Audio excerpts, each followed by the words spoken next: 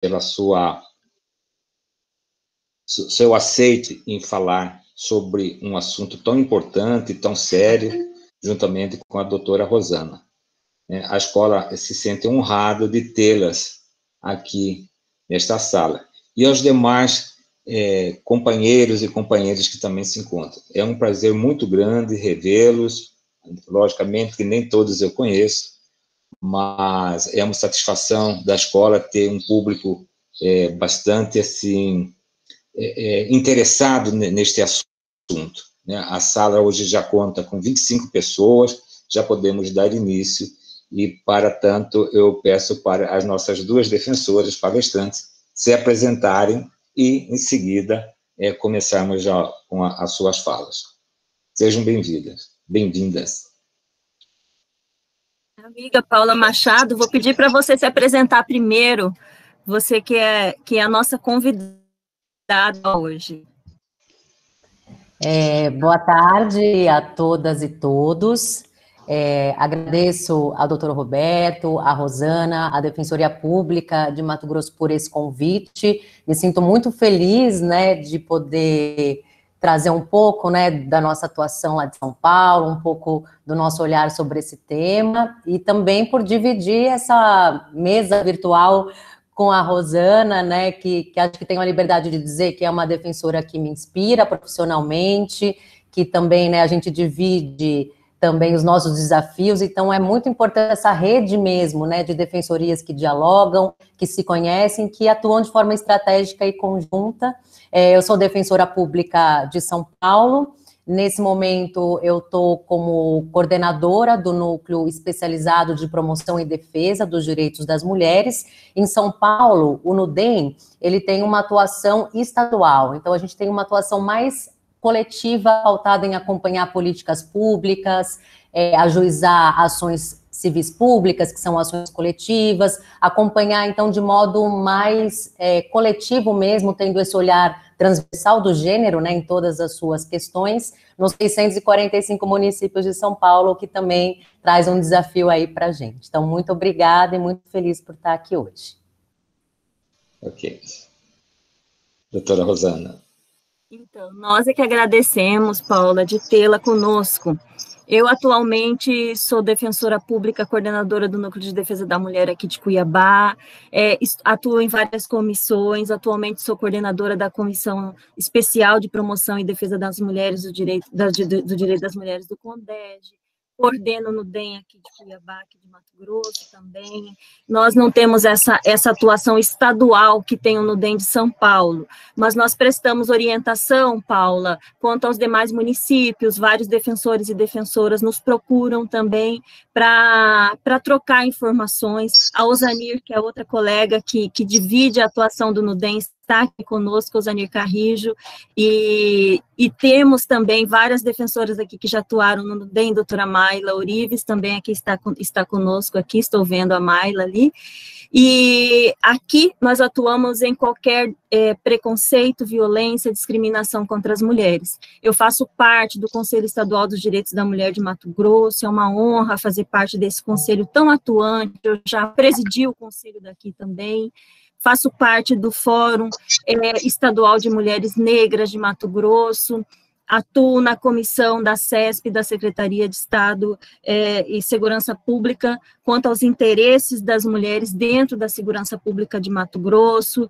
Nós fazemos parte da rede daqui de Cuiabá, eu e a Osanir. Então, são várias atribuições, porque nós, mulheres, ainda temos que enfrentar embates diários contra o gênero feminino. Temos essa atuação contra o gênero, a favor do gênero feminino, e lutando contra, enfrentando essas violências, preconceitos e discriminações que ainda teimam em surgir contra o gênero feminino. Perfeito.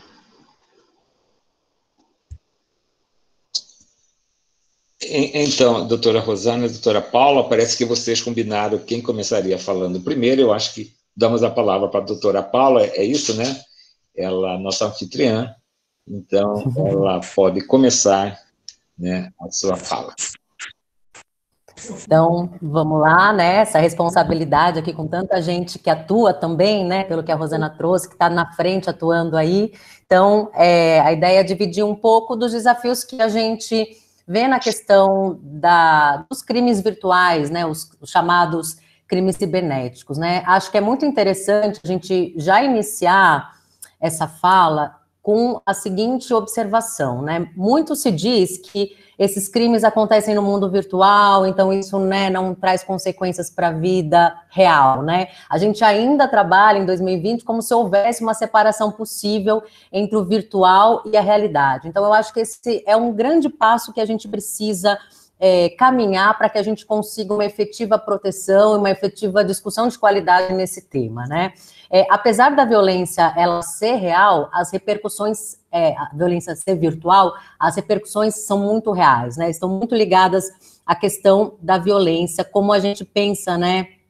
A gente não consegue dizer aonde começa e termina uma violência digital, porque a gente não consegue separar esses espaços do online e o offline. Então, esse eu acho que é um grande desafio que a gente ainda tem, que minimiza essa violência, né? Que, fazendo o recorte de gênero, muitas meninas e adolescentes e mulheres estão aí sofrendo no seu dia a dia, né? Acho que um outro ponto também importante, desafiador nesse tema, é a questão da culpabilização da vítima, né? Quanto ainda essas vítimas não sofrem essas violências, mas também porque nós, Estado, né, nós, sociedade, nós culturalmente, ainda culpabilizamos e também não oferecemos ainda um atendimento humanizado, não revitimizador e também um atendimento que tem que ser capacitado.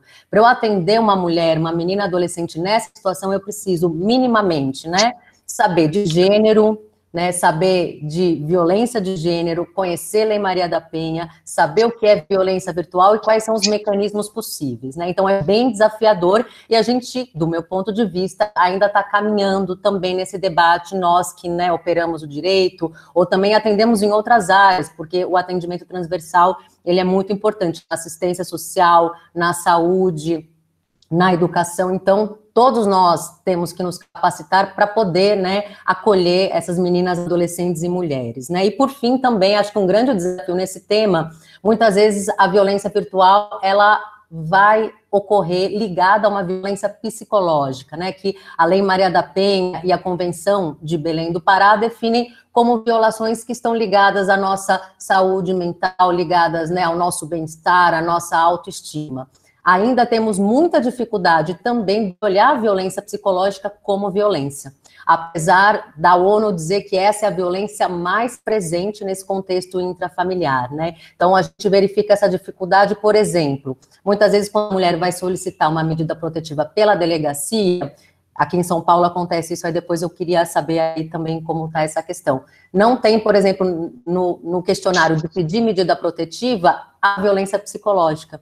Então, se eu vou pedir uma protetiva, e aí eu olho e não vejo que aquela violência, aquele medo, aquela ameaça, aquela perseguição que eu estou sofrendo, né, aquela publicação de foto que está fazendo com a minha saúde mental, psicológica seja afetada, se isso não está sendo oferecido para o Estado, não está sendo declarado como uma violência, como que eu também, né, vou entender que o Estado, os operadores do direito estão prontos para me acolher, né? Então, também acho que esse é um grande ponto, além da revitimização institucional, que, né, também traz essa questão da culpabilização, né? Como que a gente está no cenário brasileiro? Acho que é importante a gente entender um pouco, né? Segundo uma pesquisa de 2006, 61% da população brasileira, ela tem acesso à internet. Então, a gente está falando de pelo menos 107 milhões de pessoas que têm acesso a esse instrumento, a esse meio. Desses 107 milhões, pelo menos 78% desses usuários e usuárias acessam a rede social. Então, é importante a gente conhecer esses números para entender quais são os instrumentos e meios que essa violência ela pode caminhar, né? Então, a gente está falando de, pelo menos no Brasil, 85 milhões de pessoas, isso lá em 2016, né? O que já deve ter aumentado. Tem um relatório da Avon, de 2015, que ele foi feito num ambiente universitário. E aí as universitárias trouxeram que pelo menos em 14% das violências relatadas eram violências ligadas à disseminação de imagens sem consentimento, né? Então é um número também alarmante. E aí, como que os homens enxergam isso? Tem uma pesquisa também da Avon, de 2016, que chama O Papel do Homem na Desconstrução do Machismo. E aí revela que 28% dos homens ouvidos afirmaram que repassaram imagens de mulheres nuas que aparentemente pareciam que eram sem autorização, ou seja, eram imagens que só de olhar você sabia que não havia autorização daquela mulher, daquela adolescente. Então, 30%, né, dos homens, mais ou menos, disseram que repassei sim, e em tese isso, né, é algo que está no nosso meio cultural, que reflete a masculinidade, que reflete ali também outras questões que é importante a gente ter no radar. E uma ONG, a SaferNet, que tem uma atuação muito voltada, né, para a questão desses crimes cibernéticos, dessas violências digitais, traz para a gente um dado recente, agora de abril de 2020, então um dado que está inserido nesse contexto de isolamento, nesse contexto de pandemia.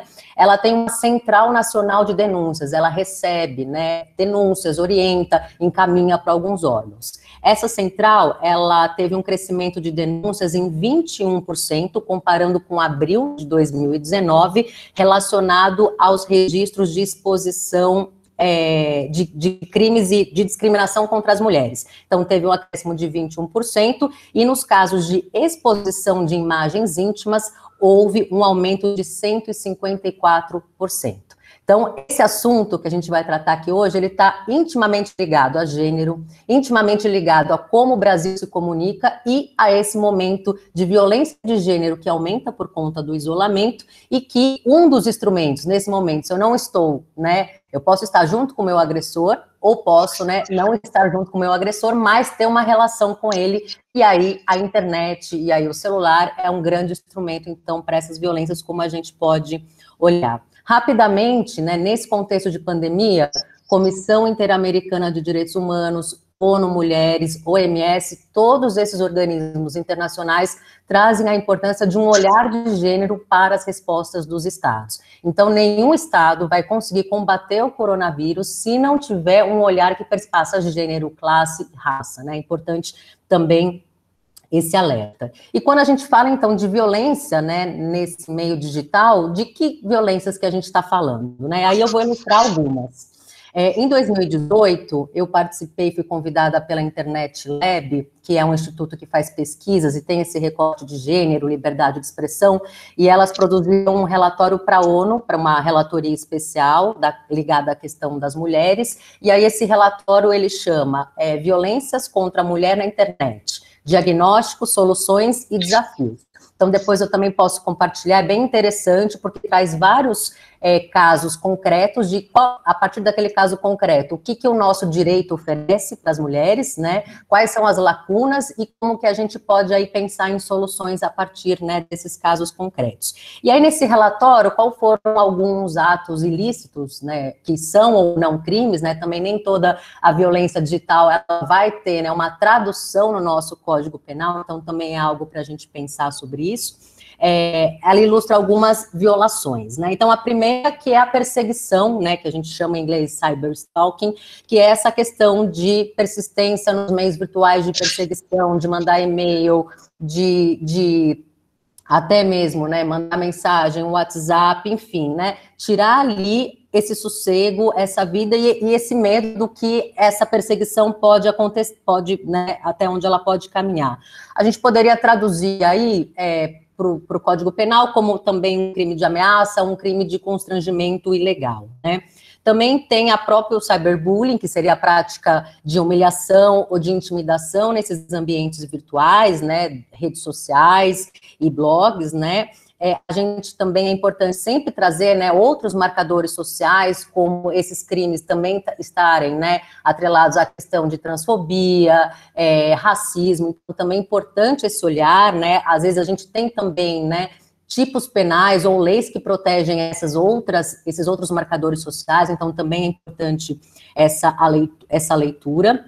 Uma outra violência seria, né, a exposição íntima, o sexting. Então, você receber uma mensagem com conteúdo de nudez, pornográfico, sem você ter dado esse consentimento, né? O que acontece também muitas vezes quando a gente faz o recorte etário com meninas e adolescentes, né? E também aí tem uma previsão no próprio Estatuto da Criança e Adolescente que trata dessas questões. Então, acaba se tornando uma ofensa, um constrangimento você receber dentro de uma conversa, de um diálogo, de uma rede social, uma fotografia que esteja relacionada a nudez e pornografia sem o seu consentimento, né? Também a gente tem a violação conhecida como pornografia da vingança, o revenge porn, que trata da questão de expor uma foto minha íntima, um vídeo meu, sem, né, eu ter dado esse consentimento. E é importante lembrar que agora a gente tem no nosso Código Penal uma previsão expressa, né, sobre tanto você expor, quanto você divulgar ou você compartilhar essa foto, esse vídeo. Então, também é importante essa modificação no código, e aí tem uma causa de aumento de pena se o crime é praticado por alguém com quem eu tenho um relacionamento íntimo, afetivo com essa pessoa, né?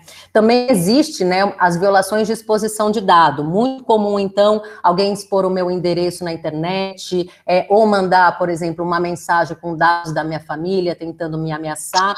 Isso, nesse diagnóstico, a gente vê que está muito relacionado, por exemplo, a mulheres que debatem sobre o direito das mulheres na internet, que falam dos direitos sexuais reprodutivos, mulheres ativistas, e aí elas começam, como represária, como tentativa dessas mulheres se autocensurarem, a receber, então, ameaças de exposição de dados seus, dos seus familiares, dados bancários, né, endereço, onde trabalha, onde a filha ou o filho estuda, né, é algo que a gente também tem que pensar sobre esse aspecto, né, do exercício da liberdade de expressão das mulheres, como também os crimes virtuais trazem essas consequências, né.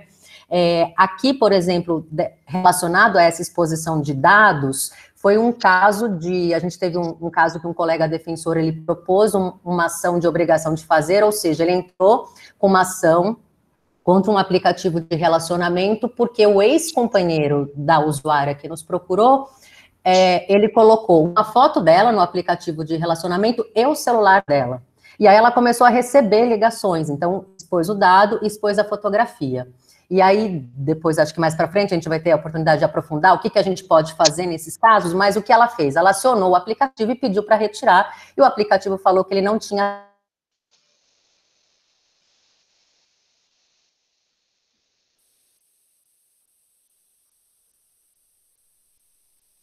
Deu uma travada. Travou, doutor Roberto. Conseguiu a retirada do perfil. Então, também para a gente... Voltou, né? Alguém me ligou aqui, aí travou. Então, estava falando do aplicativo de relacionamento, né? Então, quanto a gente precisa estar atento... Voltou? Voltou. Sim. Então, quão desafiador é esse tema, né? Você tem um celular seu exposto num site de relacionamento, o quanto isso não afetou essa mulher psicologicamente, sua saúde mental, o seu dia a dia, poderia ter afetado no trabalho, né? Então, quantas consequências isso tem? Também temos a violência, né? As violações conhecidas como discurso de ódio, né? Então, muito também ligado, aí pensando nas questões de gênero, né, em mulheres que trazem pautas, né, de orientação sexual, pautas ligadas, né, às mulheres trans, às mulheres lésbicas, às mulheres bi, as questões das mulheres negras, a questão da violência de gênero, e aí muitas vezes essas mulheres... O que acontece? Ou se derruba a página, então, por exemplo, nesse momento que a gente está conversando aqui, se eu estou numa página na internet, um hacker ou uma comunidade, que é muito comum, vai lá e apaga ou denuncia a minha página, eu não posso mais me manifestar. Ou também postar, então, né, alguma foto que eu entenda que seja importante para os direitos das mulheres, então, mulheres amamentando, mulheres em que aparece o seio, isso é muito comum que as próprias redes sociais censurem. Então, são esses dois pontos, né, que eu acho que é importante a gente destacar, tanto a questão da violência ligada, né, ao gênero, ligada à minha intimidade, como também a liberdade de expressão das mulheres, que ainda são recorrentemente tolhidas nesse meio digital, né? É importante também nesses crimes ligados à misoginia, ao ódio das mulheres, né, ao ódio da mulher poder conversar, expor sua opinião, trazer ali, né, a importância do feminismo, trazer a importância de se falar de direitos sexuais e reprodutivos, de se falar de Lei Maria da Penha, que existe também em 2018 uma lei que fala que essas investigações agora serão feitas pela Polícia Federal, então também acho que é um dado importante, né? E por fim, quando a gente pensa também em violações, os linchamentos virtuais, né? Também é muito comum a mulher começar a receber diversas ofensas quando está fazendo uma fala, a receber diversos conteúdos, né, super misóginos, que também buscam, né, tolher essa possibilidade das mulheres participarem da vida pública e o quanto isso a gente verifica que é simbólico, né? Diversas jornalistas, por exemplo, estão narrando nesse momento da pandemia o quanto, né, é difícil para elas darem sua opinião sem receberem manifestações sexistas e misóginas, né? Acho que inicialmente seria isso, eu não sei se eu tenho um tempinho a mais ou se Rosana já vai. Sim? Tem mais um tempinho? Então vou continuar. Pode falar, Paula.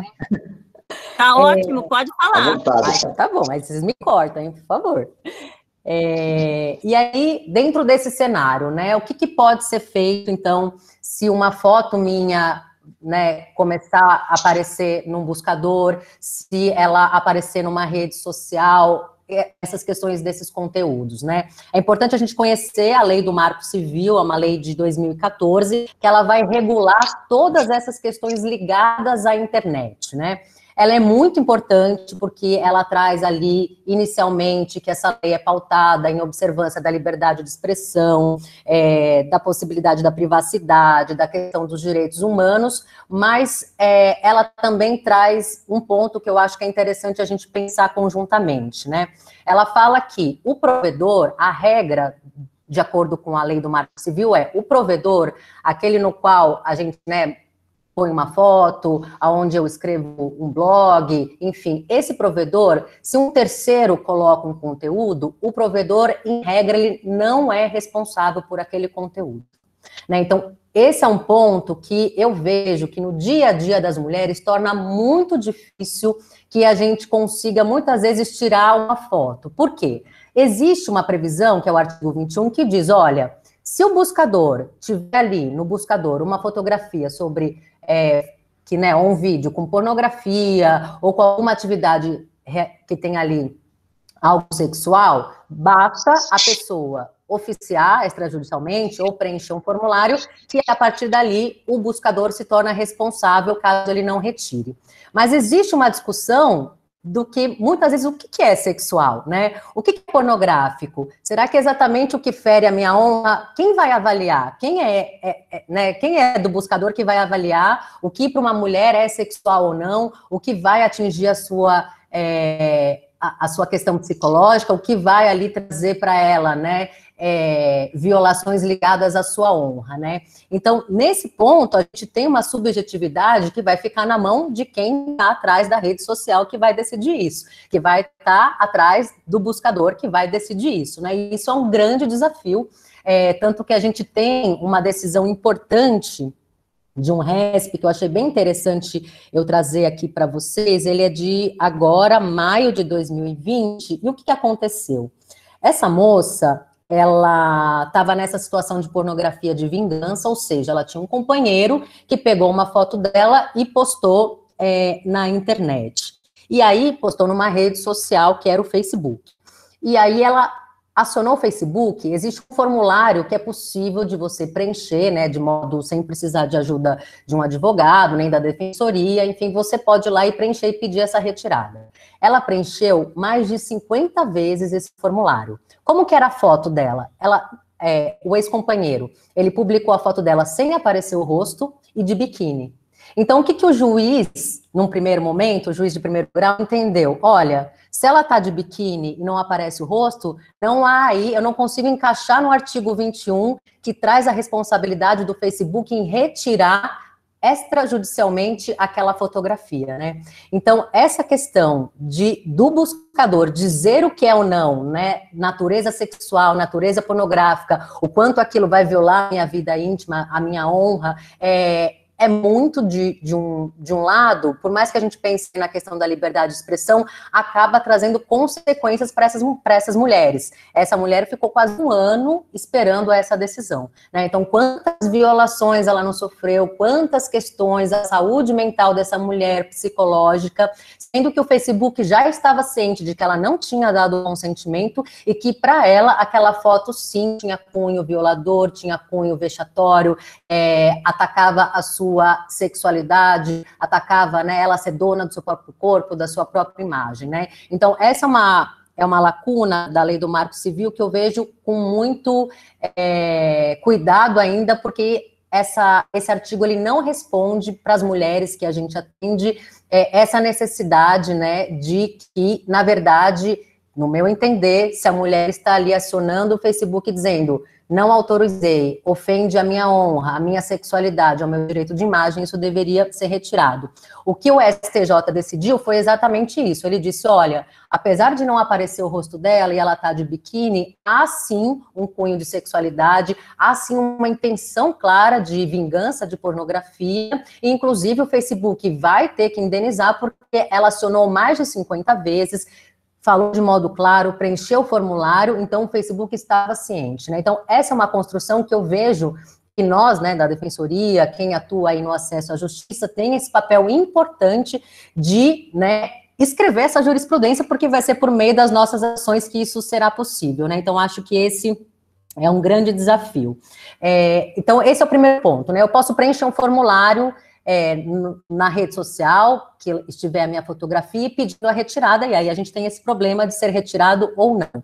Também é sempre muito importante acionar o buscador, porque por mais que o buscador, né, então o Google, ele não a minha foto não está no Google, mas se eu digitar lá, Paula, e tiver uma foto minha relacionada à nudez, o Google vai mostrar. Então, também é importante, além da gente pedir para retirar da rede social, também pedir para retirar do Google. E o Google também tem um formulário que você pode preencher, e aí é sempre importante a gente copiar direitinho aquela URL, né, que é aquele endereço, né, o www ou HTTP, copiar direitinho e colar no formulário, porque muitas vezes a resposta do Google eu não vou conseguir, o termo, né, é desindexar, né, retirar os links porque você não me passou a URL corretamente, né? Então, também acho que é algo que a gente pode ter de informação para orientar as nossas usuárias, que é essa tentativa extrajudicial, que, como eu disse, infelizmente nem sempre funciona, porque fica um pouco na mão de quem vai, né, analisar esse pedido, né?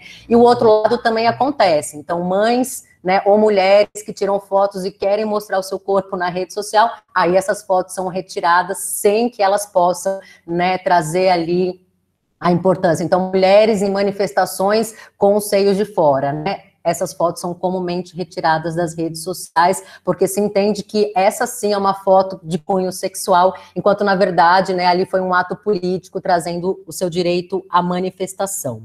Então, extrajudicialmente, acho que são esses pontos que eu penso que sejam importantes. Claro que um ofício, né, da defensoria, um ofício de um advogado também ajuda muito nesses pontos, né? Então, se não conseguir através do formulário, aqui a gente tem atuado em oficiar, né, essas redes ou seus escritórios, porque também uma outra dificuldade é que nem todo mundo tem, né, nem tem a sede aqui no Brasil, então muitas vezes a gente tem que correr atrás para ver onde é o escritório, então acho que é importante também acionar. Um outro ponto, né, na esfera criminal, se a mulher desejar essa persecução penal, ela desejar uma responsabilidade penal, o que é importante a gente acompanhar, né, na investigação do Ministério Público, ou também a gente solicitar como assistente de acusação, ou também nas ações cíveis, né? Acho que importante é a gente pedir na investigação o endereço do IP. O que é o endereço do IP? O endereço do IP, eu, Paula, nesse momento me conectei à internet para conversar com vocês. A internet, ela vai me dar um número, como se fosse um CPF. E a partir desse número, é possível a gente descobrir, né, o local e a máquina que acessou, ou que publicou a foto, ou que fez ali uma postagem misógina, homofóbica e racista, né? O que a gente tem que tomar cuidado? Hoje no Brasil não existe IP para todo mundo. Então, nesse momento, por exemplo, eu posso estar conectada na internet com o mesmo IP que a Rosana.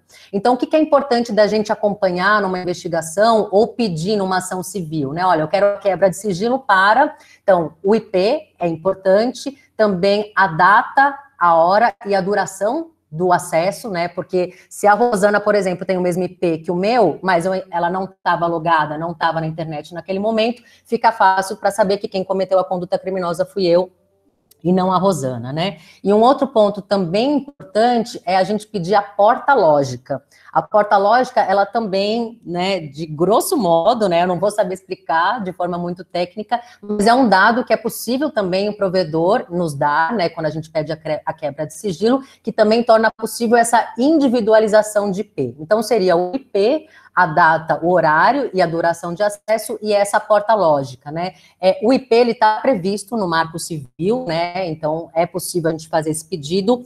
Há uma discussão que não há essa previsão da questão de solicitar na quebra de sigilo, lembrando que esses dados que eu estou trazendo são só possíveis a partir, né, de um pedido judicial, a gente não tem essa possibilidade de solicitar pela lei, né, extrajudicialmente.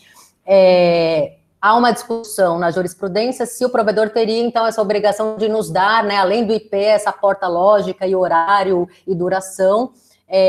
Há uma tendência da jurisprudência entender que sim, porque são esses meios, né, já que a gente não tem um IP, uma senha, né, para cada pessoa, são esses outros caracteres que vão ajudar a gente a individualizar as condutas, né? Então, isso pode ser tanto para a questão criminal, como também para as ações, né, civis de indenização, ou de obrigação de fazer, como essa que eu falei, que foi a retirada de um perfil no aplicativo, né?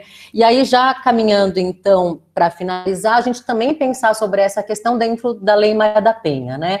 Claro que essas condutas podem acontecer por alguém, né, que eu não tenho relacionamento, não é meu familiar, não é alguém com quem eu tenha relacionamento afetivo, mas também é muito comum que essas violências e violações aconteçam nesse contexto que a Lei Maria da Penha protege, né? E aí é possível também, além, né, da apuração criminal, de uma possível indenização, a gente pedir e solicitar para o judiciário as medidas protetivas, né? Teve uma mudança na Lei Maria da Penha, que coloca expressamente no rol de violência psicológica a questão, né, do stalking, a questão da perseguição quanto mais, isso agora está de forma expressa, apesar de eu entender que já estava abarcado, né, a gente sempre tem um cuidado com essas mudanças da Lei Maria da Penha, porque é uma lei muito importante que já vem aí, né, com muitas diretrizes e princípios e questões importantes, então, né, no meu entendimento já estava lá presente, mas agora está expresso. E aí a gente pode pedir medidas protetivas, e vou resgatar uma que uma colega pediu recentemente aqui em São Paulo, né, pensando nesse momento de isolamento, de maior número de violências de gênero, maior número de violências virtuais, como os estudos trazem. Ela pediu uma medida protetiva que era para proibir o ex-companheiro de postar qualquer postagem que se remetesse ao nome da sua ex-companheira, fazer qualquer menção a ela em fotografias, ou fazer qualquer outro tipo, né, de relato que levasse ou fizesse menção a ela, porque ele estava fazendo isso de forma contumaz nas redes sociais, e aí ela solicitou essa medida protetiva muito importante, né, lembrando que a gente tem possibilidade de construir medidas protetivas a partir do caso em concreto, a Lei Maria da Penha traz essa possibilidade, e aí, então, basicamente, ela pediu, olha, não fale de mim, não poste nada, não publique, não circule fotos minhas, sob pena, né, de descumprimento com todas as consequências que a Lei Maria da Penha traz, tá? Então, acho que rapidamente era um pouco, né, do que eu queria trazer e também somar essas dificuldades, como eu trouxe, né? Não é fácil preencher formulário, as mulheres trazem muita dificuldade, né, do Google, do Facebook, a gente pensar em alternativas, né, não penais também para responder, o que é um grande desafio, a gente falar de capacitação, esse momento aqui é muito importante, né? Então, será que as nossas delegacias, defensorias, ministérios públicos, judiciário, nós estamos conseguindo atender essa demanda de denúncia virtual? Acho que esse é um ponto importante, né? E a gente precisa de dados, que dentro desse diagnóstico que eu participei, é um outro ponto. Não existem, né? São poucos os dados, ou muito pulverizados dessa questão, e aí a gente sabe que política pública depende de dado, então isso também é algo que eu acho que a gente precisa ter aí na nossa perspectiva. Muito obrigada, viu?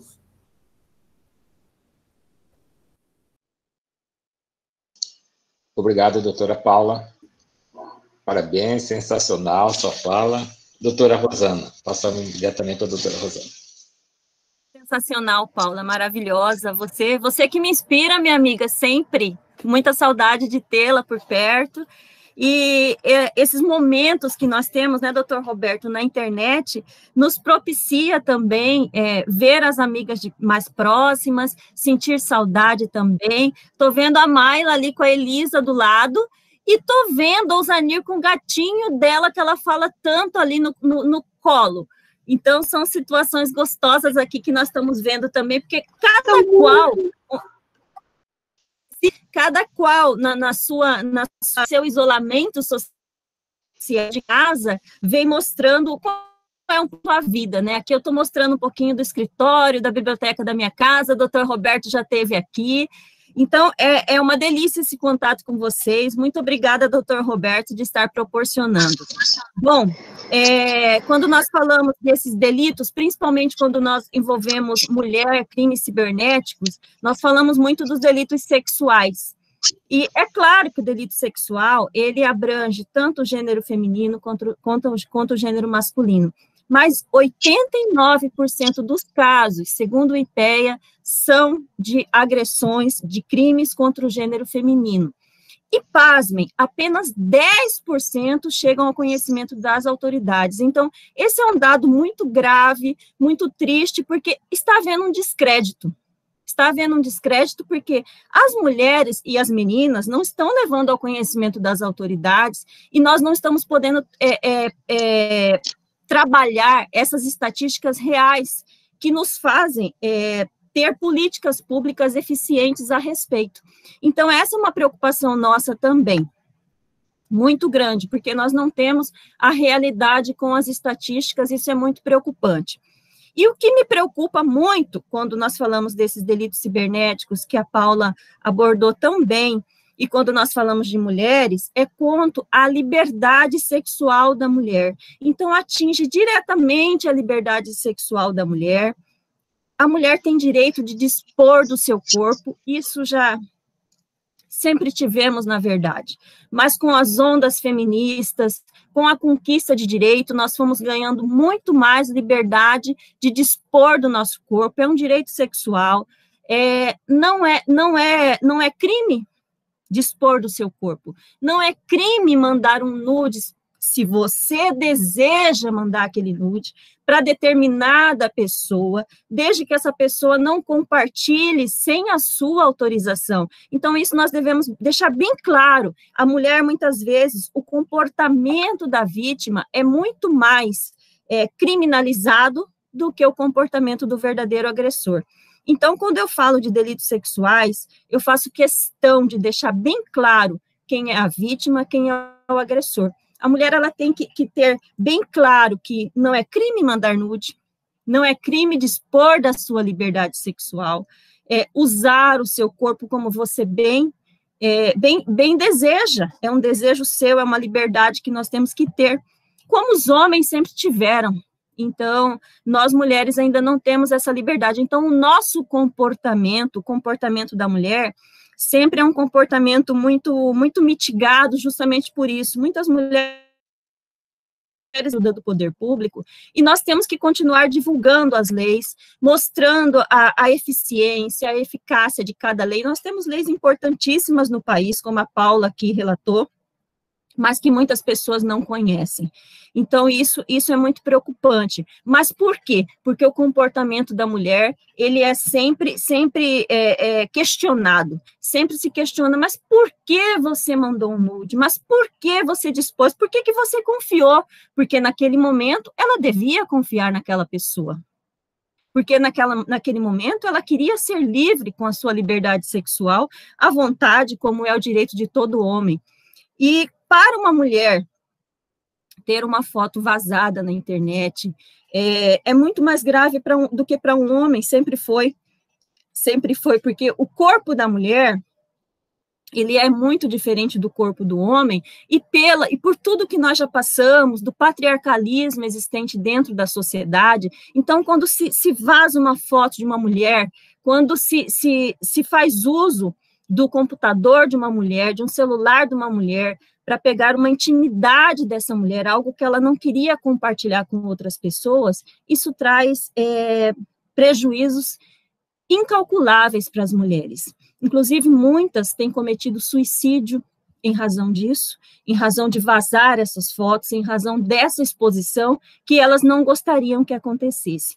Nós tivemos um movimento que eu gosto muito de lembrar, quando nós falamos de feminismo, em 2015, aqui no Brasil, que foi a Era das Mulheres, onde as mulheres, em 2015, usaram a seu favor as redes sociais, as mídias sociais, para narrar as várias violências que elas já sofreram, principalmente as violências sexuais. E foram autoridades, foram celebridades, foram mulheres anônimas que fizeram essa exposição. E aqui eu quero falar do Exposed, da forma que isso vem acontecendo muito, vem sido muito relatado. É claro, quando nós falamos de uma exposição, nós temos que lembrar quanto a consciência. A consciência é muito importante, a consciência é uma palavra importante nesse momento. E outra, quando nós falamos em delitos da internet, as provas são fáceis. As provas são fáceis de se conseguir. Em regra, nós conseguimos tirar um print, marcar uma página onde essa foto está sendo vinculada, onde este vídeo está sendo veiculado, para que essa mulher tenha essa prova do que vem acontecendo. Nós temos delegacias que atuam em crimes cibernéticos, como a Paula falou, que basta nós termos o URL e o IP, nós conseguimos identificar quem são essas pessoas, quem são esses agressores, porque a sensação de impunidade nesses casos acaba sendo muito grande. De onde vem? Quem expôs? Mas nós temos que lembrar também que esses tipos penais, eles trazem vários verbos, né, que nós dizemos. Então, nesse verbo, quem expõe, quem compartilha, todas essas pessoas acabam podendo ser responsabilizadas. Por exemplo, quando eu falo isso em palestra, Paula, as pessoas ficam de cabelo em pé. Mas um grupo de WhatsApp acaba sendo perigoso para algumas situações, quando alguém está num grupo de WhatsApp e recebe um nude dentro de um grupo de WhatsApp. Se eu recebo, eu saio correndo. Se eu estou ali dentro, eu posso ser criminalizada também. Veja bem, eu não sei se de um adolescente, eu não sei se aquela foto de uma criança, eu não sei se aquela foto foi autorizada por aquela pessoa. Então, é algo muito sério, é algo muito grave, que traz consequências para a nossa vida. Mas eu enxergo, por exemplo, o Exposed como uma situação favorável em prol das mulheres. Eu vejo mulheres que estão expondo algumas situações que elas vinham passando e que ficavam à margem. Ninguém sabia o que acontecia com essas mulheres. E nós só podemos ajudar, nós só podemos estar à frente do problema quando nós temos conhecimento do que se passa. E quando nós não temos conhecimento do que se passa na intimidade, no que vem acontecendo, nós não temos como agir, assim como nas violências domésticas e familiares. Se nós não temos conhecimento, se nós não entrarmos dentro daquela situação, dentro daquela casa, é inviolável? É inviolável. Entre aspas, nós sabemos, se vem acontecendo crime, nós podemos entrar sim, desde que nós tenhamos conhecimento do que vem acontecendo dentro daquele local. Então, eu queria até lembrar de um fato que aconteceu aqui em Mato Grosso, este ano ainda, de meninas de 14 a 16 anos, que fizeram exposição na internet de situações, de situações que elas vinham passando, de ameaça. Essas meninas, elas foram assediadas por homens de poder financeiro, aqui de Mato Grosso, homens com certo poder financeiro, outras autoridades, e que acabaram recebendo fotos dessas meninas e, no final, as ameaçando.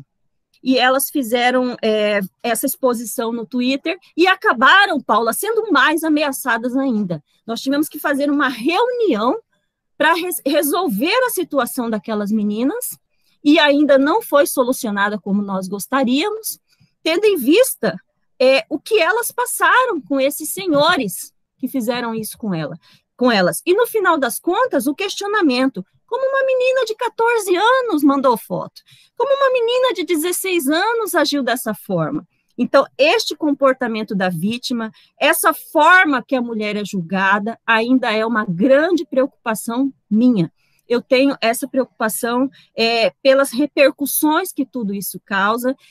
Como você disse no início, não é real, nós vivemos no mundo virtual, principalmente agora, na quarentena, no isolamento social, mas as consequências são muito reais e as consequências são drásticas.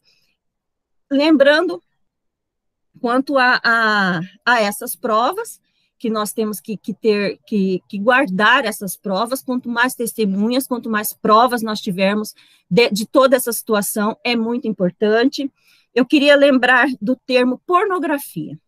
Quando nós falamos desse termo pornografia, ele é um termo de origem grega, e que o termo pornografia em si já fala sobre o estudo da prostituição, pornografia como coleção de pinturas e gravuras, mais gravuras obscenas, fala-se também no dicionário quanto a descaramento, desonestidade, promiscuidade, pornografia por vingança, pornografia por revanche.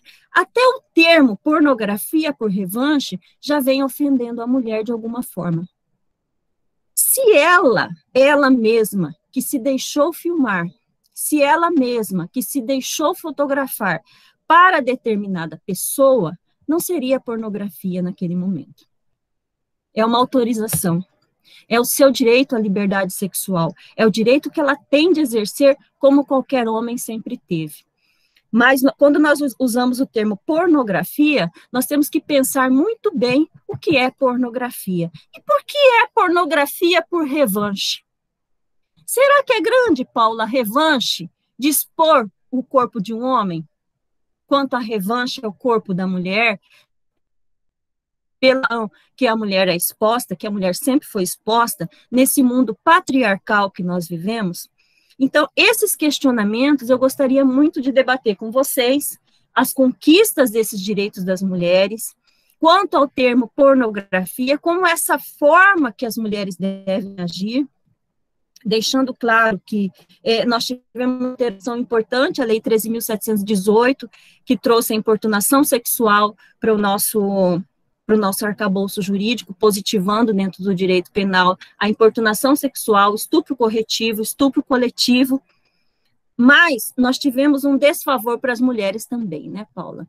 Quando nós tiramos da mulher o direito de escolher se ela quer ou não levar ao conhecimento das autoridades. Mais uma vez, punindo as mulheres. Mais uma vez, as mulheres são punidas, mostrando que o corpo dela não a pertence. Então, são situações que nós temos que pensar muito bem. É claro que eu sou sempre a favor de que se busque o poder público. Eu sou sempre a favor. Porque o agressor, principalmente o agressor de mulheres e o agressor de delitos sexuais, ele tem uma sanha de agir. Em regra, Alzanir, nós sabemos, ele não atinge apenas uma mulher.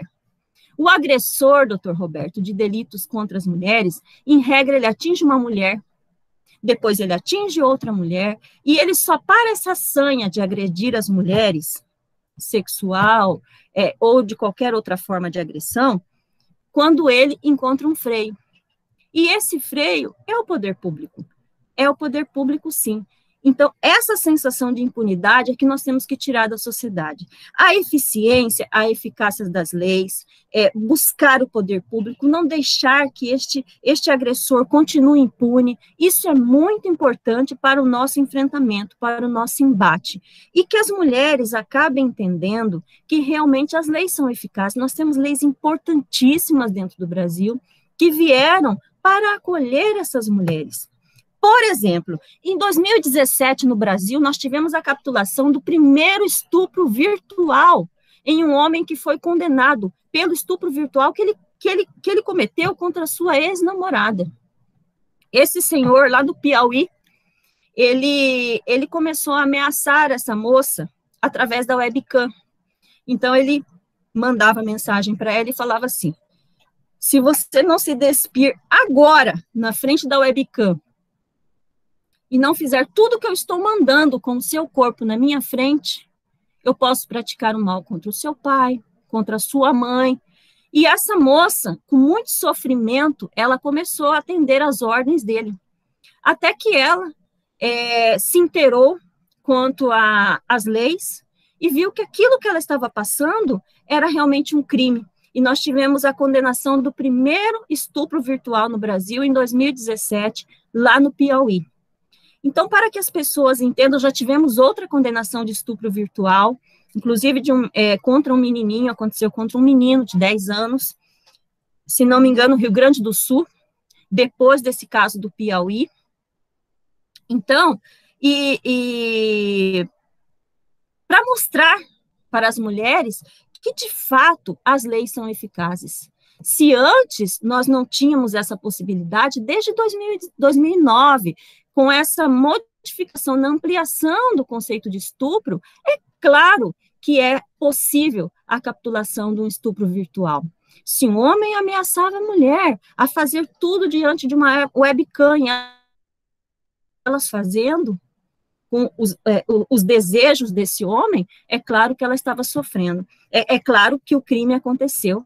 E é claro que pode haver essa punição e deve haver essa punição. E depois contra uma criança. Então, nós tivemos já capitulações importantes no Brasil, positivações de leis que realmente nos acolhem, que nos ampara nesse momento, mas eu continuo falando, nós precisamos saber o que se passa com cada qual para poder agir.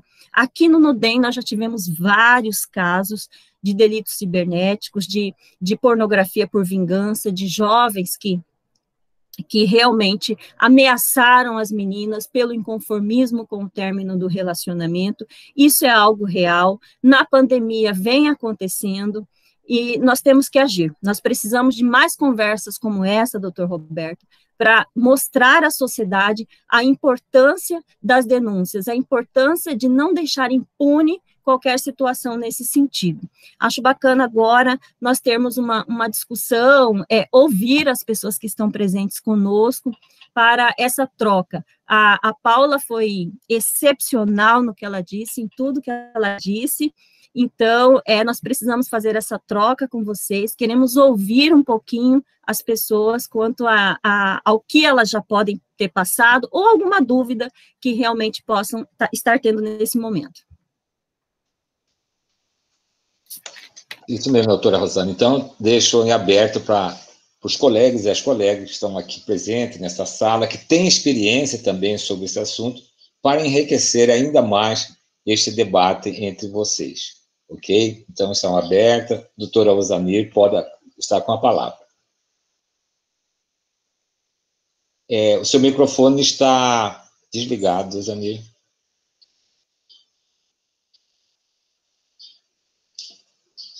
No cantinho continua desligado o seu microfone.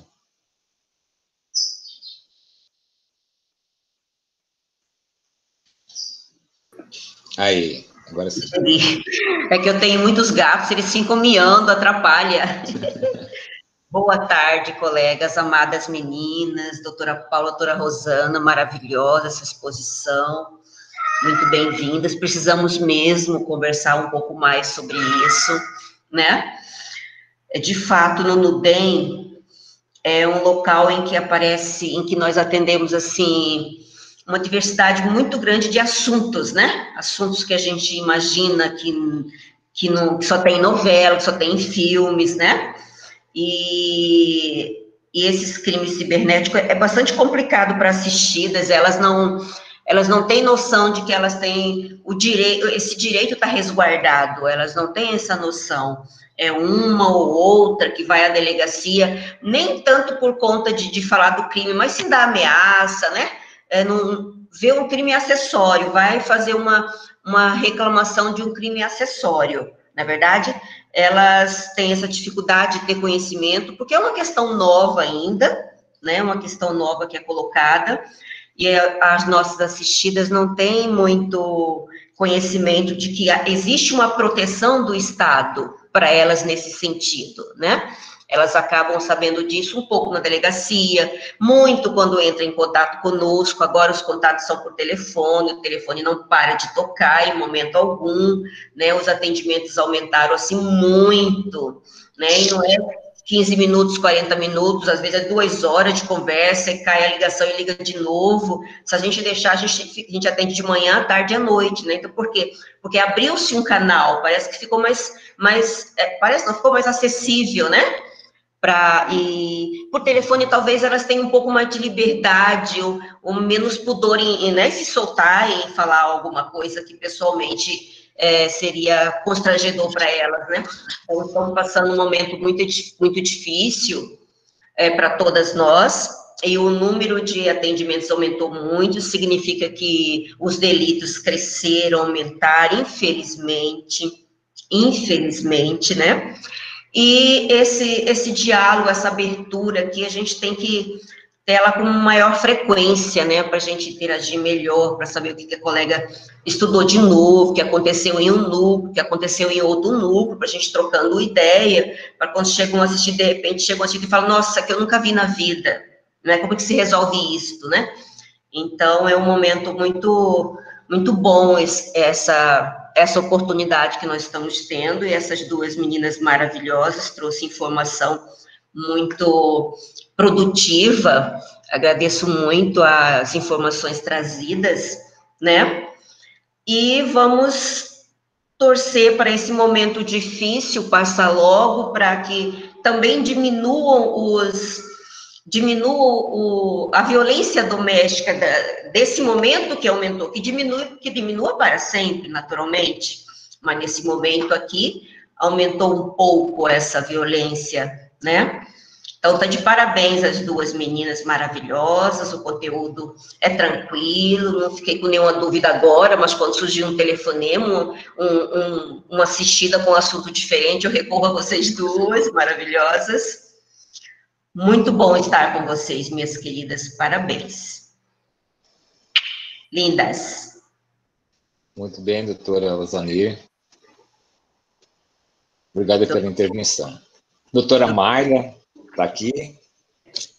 Quem mais queira se pronunciar também, fazer uma colocação, é muito importante. Doutor Roberto, deixa eu falar mais um pouquinho. Sim, como não?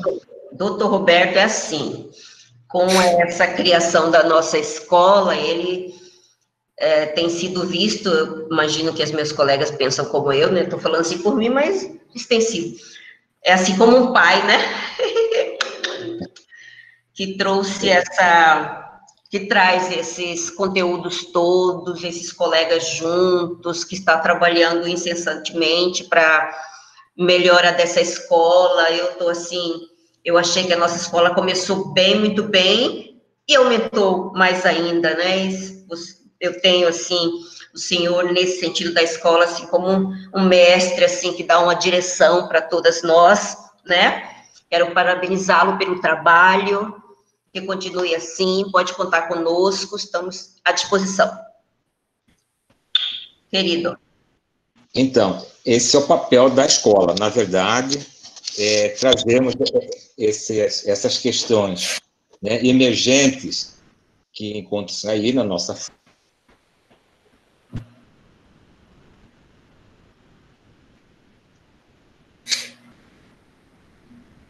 Travou um pouquinho. Travou.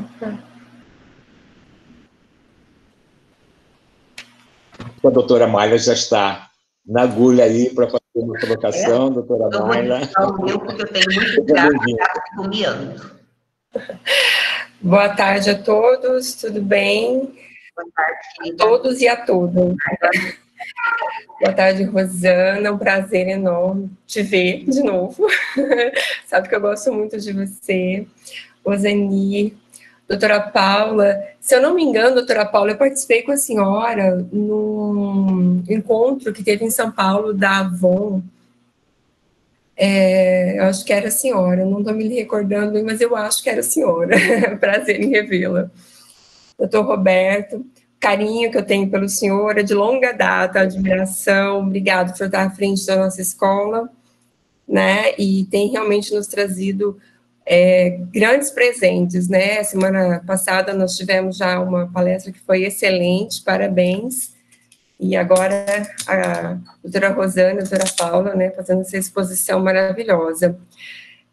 Ouvindo as colegas, eu me recordei quando eu atuava no Núcleo de Defesa da Mulher, que nós tivemos uma situação de exposição, né?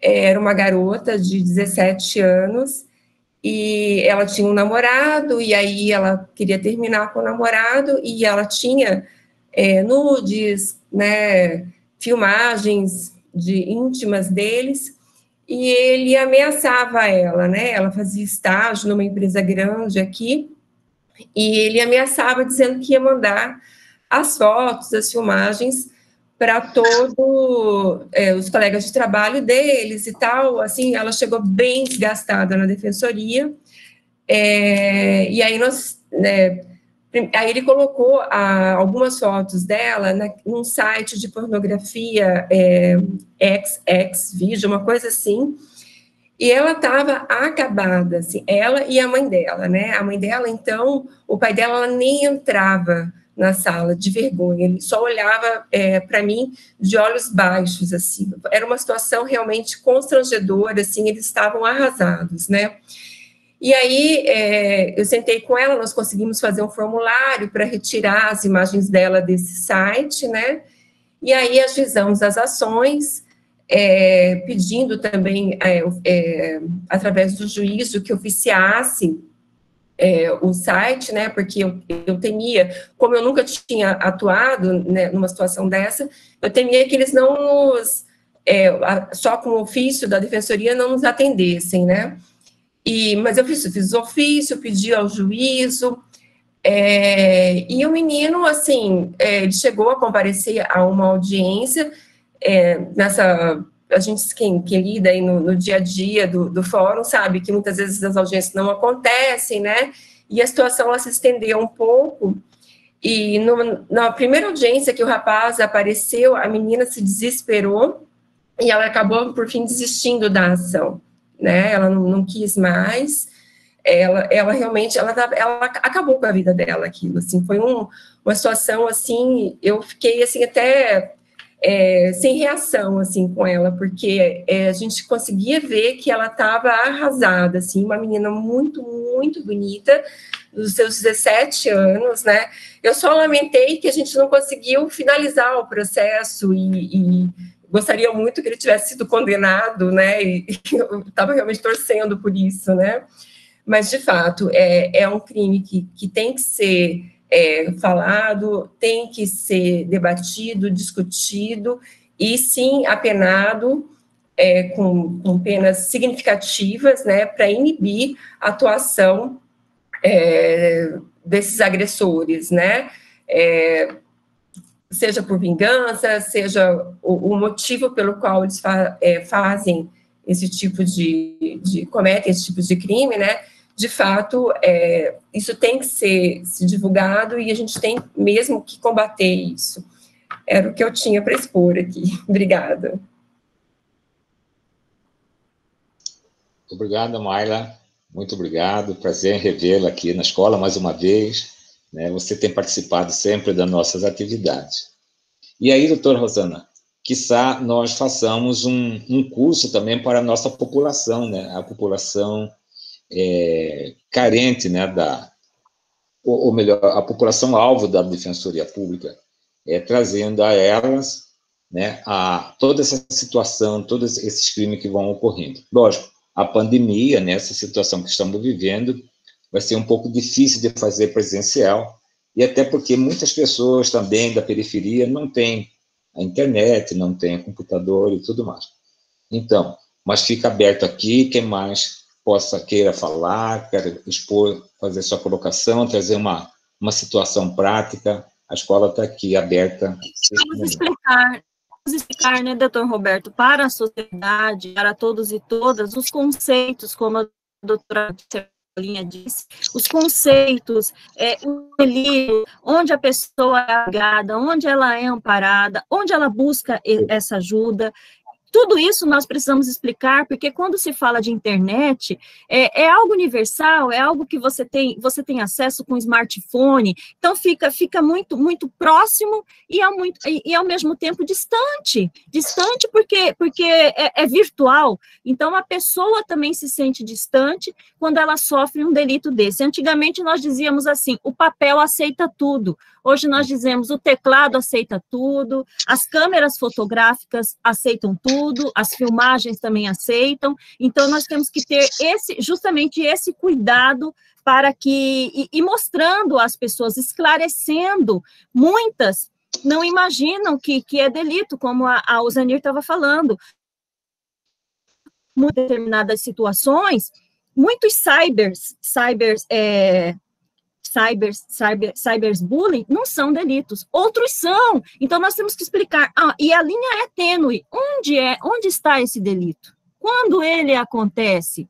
Quando a pessoa é ofendida? Então, todas essas situações nós precisamos explicar para tirar essa linha imaginária que existe entre o que é crime e o que não é crime, quando ela pode buscar ajuda, onde ela pode buscar ajuda, porque essa sensação ainda existe, da impunidade, quando se fala dos delitos cibernéticos. Então, é muito importante nós mostrarmos que há punibilidade, sim, mas nós precisamos entrar em todas essas situações para justamente explicar. E para as mulheres, doutor Roberto, eu estava aqui olhando a Mayla falar, para as mulheres, como nós vivemos nesse machismo muito grande, quando uma mulher é exposta, ela se sente tão machucada, tão ferida. Esse caso da Mayla, eu me lembro que ela quis ser atendida num horário bem restrito pela manhã, para ela não encontrar ninguém.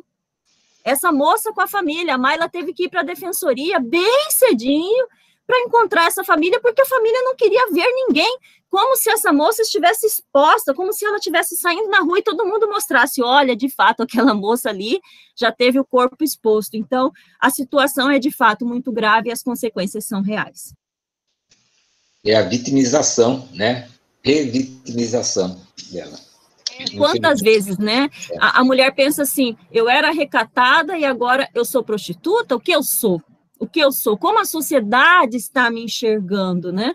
Então, que ela entenda que mandar esses nudes, que ter a sua liberdade sexual, que escolher os seus parceiros, tudo isso é legal, tudo isso é bacana, ela tem que ter essa liberdade que nós já ganhamos há tanto tempo e nós lutamos tanto por essa liberdade, por ter direito ao nosso corpo, que é tão sofrido até hoje para nós, conseguirmos. Na verdade, doutor Roberto, o direito das mulheres tem que ser firmado todos os dias. Nós temos que firmar todos os dias os direitos humanos das mulheres. É algo que é uma consequência que nós vivemos. E eu costumo dizer o seguinte, uma pessoa que está num cargo, uma pessoa que tem uma formação, uma mulher que tem uma formação, ela tem que se firmar todo dia, ela tem que mostrar a competência. Então, nesses lugares, né, em tudo que é situação, nós temos que nos firmar todos os dias. Isso mesmo, perfeito. Doutora Paula, quer fazer boa uma tarde. Oba, sim. Pode falar. Seu Geraldo. Ok, boa tarde a todos. Eu não sou operador do direito, mas trabalho com adolescentes, né, em sala de aula, na disciplina das ciências humanas. E eu quero só fazer uma pergunta, mas antes da pergunta eu quero elogiar as duas palestrantes, né, que foram, gostei muito, né, e tem conhecimento do assunto. Eu queria fazer uma pergunta seguinte, porque eu me deparo com algumas situações onde colegas meus têm Facebook, né, e diante das imagens que ele recebe, principalmente das mulheres mais bonitas e tal, e ele pega aquela imagem daquela pessoa e fala um verso para ela e tal, e repassa para outras pessoas.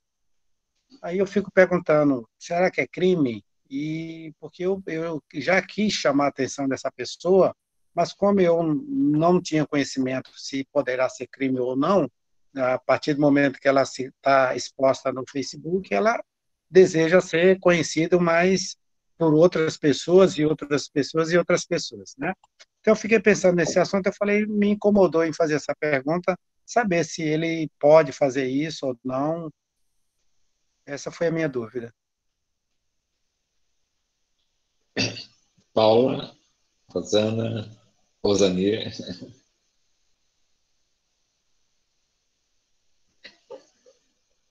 Microfone fechado, Rosanir. Aí. Tá. Na realidade, senhor Geraldo, o senhor é professor, né? Educador? E, na realidade, eu não entendi a pergunta. Eu não consegui entender. O senhor podia repetir, fazendo favor? Bem, a pergunta é a seguinte, acho que é simples, né? Acho que, veja bem, eu tenho conhecidos, né? E que ele, por sinal, nem tem Facebook, exatamente para não ter tipo de problema. Ele usa o celular, né? E tem Facebook, e às vezes ele sempre divulga pessoas, né? Que está no Facebook também, pega aquela imagem da pessoa e usa aquelas imagens para ver para mandar um verso, né? Enfim, talvez seja uma forma dele, quem sabe até querer conquistar, eu imagino, né? E inclusive eu quis já chamar a atenção dele, mas fiquei assim pensando até onde a pessoa que se expõe no Facebook, a imagem, ou às vezes as pessoas querem se tornar conhecidas, né? E até talvez acham importante que outras pessoas disseminem essa imagem dela para ficar mais conhecida. Então, eu fiquei, antes de chamar a atenção dele, eu fiquei preocupado. Será que ele pode fazer isso ou não?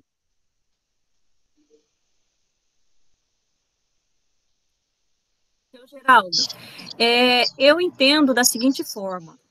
Essa imagem, essas pessoas que divulgaram essas imagens, se não são imagens que possam trazer uma vergonha para essas pessoas, e se elas não estão se sentindo prejudicadas, não há problema. Mas a partir do momento que estiver usando uma imagem e que a dona da imagem, aquela pessoa que está na imagem, se sentir prejudicada, aí sim, aí eu acho que parte do momento de ter que agir nessa situação. Por isso que eu falei que o delito tem uma linha muito tênue da ação. Onde houve essa ofensa, a honra subjetiva, a honra da pessoa aconteceu, então é isso que nós temos que saber.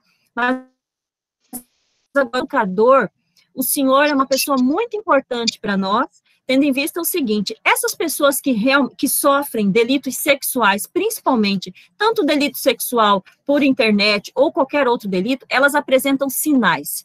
E o senhor, como educador, é muito possível do senhor enxergar esses sinais. Então, é muito possível que o senhor comece a perceber mudanças, né, nos seus alunos e alunas, e questione a essas pessoas, a esses adolescentes, quanto a essas mudanças de comportamento, porque a mudança de comportamento pode indicar que está sendo vítima de alguma forma, e principalmente dos delitos sexuais. E aí reside essa responsabilidade dos educadores e educadoras nesse sentido.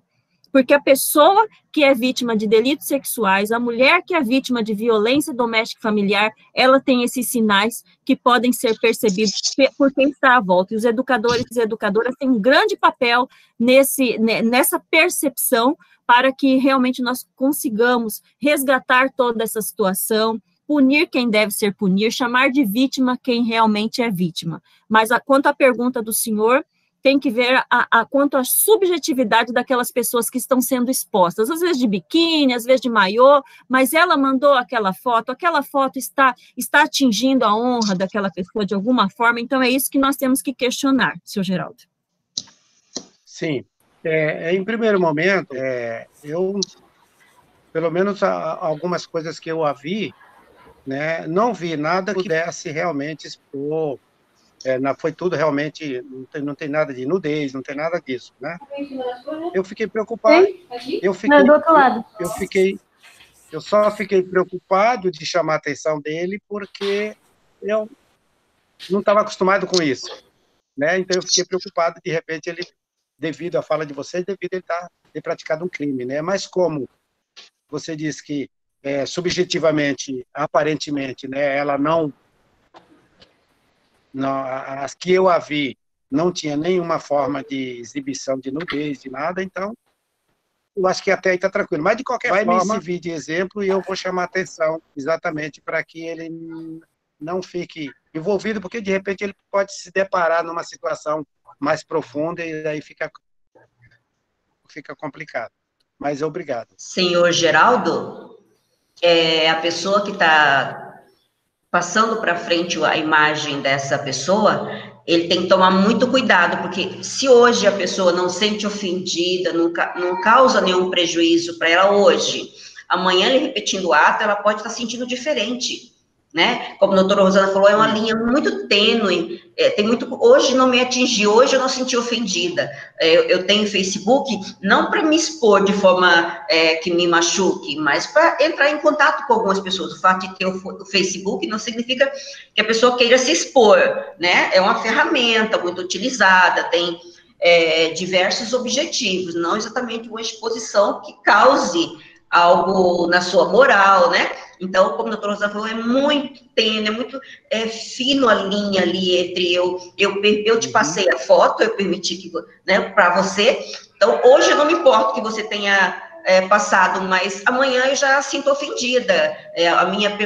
O meu entendimento, porque nós, graças a Deus, todos nós evoluindo, né, caminho da luz, nós mudamos de opinião de forma, nós vamos aprendendo, vivendo dia a dia, aprendendo com exemplo, com experiência. Então, o que eu pensava 1 ano, 2 anos atrás, hoje eu melhorei um pouquinho, eu penso diferente, já aprendi. Então, eu tenho que tomar muito cuidado. Se até agora não causou nenhum prejuízo para ela, não, né, não significa que daqui uma semana, daqui uns dias, com uma outra exposição, ela não vai sentir ofendida e ele não cai aí no crime, né? Não é verdade? Sim, com certeza. A colega até colocou que pode até configurar o assédio, né? Perfeito. Pode configurar. Então, depende muito do que ela está sentindo. É muito subjetivo, é muito particular, né? Para mim, de repente, encaminhar minha foto me ofendeu muito, e para uma irmã minha, para uma colega minha, não. Estou acostumada, não tem nenhuma ofensa. Isso é muito particular, mas tem que se tomar muito cuidado, respeitar muito a privacidade, pensar no próximo como se fôssemos nós. E se fosse comigo, né? Se colocar no lugar do próximo, né? Então, é muito importante mesmo esse cuidado, mas a participação do senhor é muito importante para nós. Seja bem-vindo. Obrigado. Olá, boa tarde. Meu nome é Nitimar, eu sou de Sergipe, defensora pública do Núcleo Defesa da Mulher daqui. E uma vez surgiu uma situação, vocês estão falando em relação a Google, Facebook, só que uma senhora nos procurou em relação a sites pornográficos mesmo, de outra origem, e assim, foi o primeiro caso nosso aqui, e em um momento algum ela chegou a nos mostrar esse vídeo. Ela apenas disse que um amigo do marido tinha visto esse vídeo, que o ex-namorado dela tinha postado dos dois em um momento íntimo. Aí eu gostaria de saber como é que a gente resolve, porque esse site não está aqui no Brasil. Pelo que ela falou, é um site estrangeiro. Como é que a gente poderia até fazer um pedido para que a gente pudesse ter acesso a esse vídeo? Porque, na realidade, estava difícil de comprovar o crime, porque a gente não tinha o vídeo. Tinha o relato dela, desse amigo, e o amigo foi para a polícia e disse que, em momento algum, falou sobre isso. E a mulher estava bastante desestabilizada, porque o marido agora era policial, e o vídeo parece que estava rolando num grupo de policiais, segundo o relato dela. Então, assim, a minha dúvida, em relação a esses sites internacionais, como é que a gente pode ajudar essa mulher? Porque seria um site pornográfico, provavelmente sem muito fundamento. Aí a gente não tinha como achar esse vídeo. Eu queria, assim, se vocês pudessem me dar uma luz. Foi o primeiro e único caso, né? E eu não sei nem como terminou, porque eu me afastei por um tempo, licença maternidade, e não peguei de volta esse processo. Mas, assim, eu fiquei com isso na cabeça. Eu gostaria de ver se vocês poderiam me dar uma luz.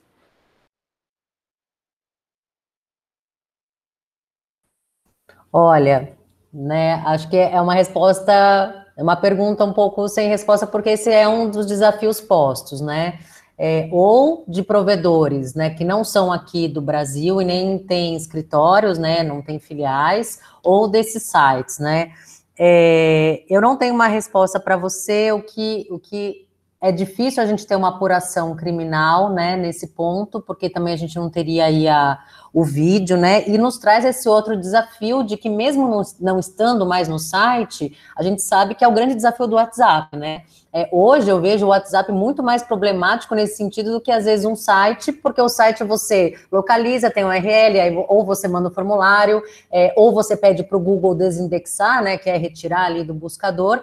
Agora, o WhatsApp a gente ainda não tem, né, da minha atuação, do que eu vejo, uma providência que a gente consiga falar, olha, parem de rodar, a não ser o Código Penal que agora traz essa resposta, e aí a gente vai, né, trazendo responsabilidades, mas é uma responsabilidade pós, né, a divulgação, o compartilhamento, né.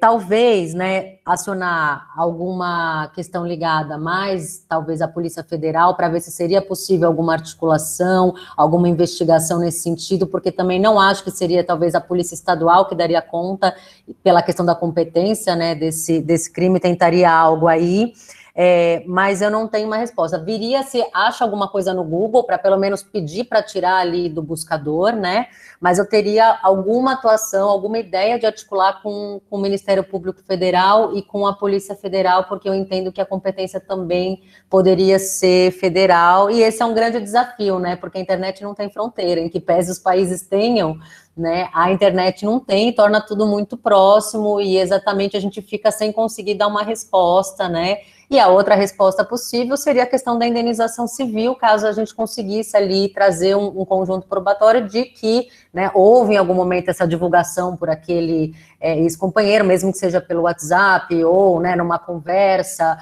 ofendeu de alguma forma a honra dela, acho que poderia ter essa responsabilidade, né, mas sem realmente encontrar pelo menos a URL, né, o endereço, isso torna tudo muito mais difícil mesmo, né.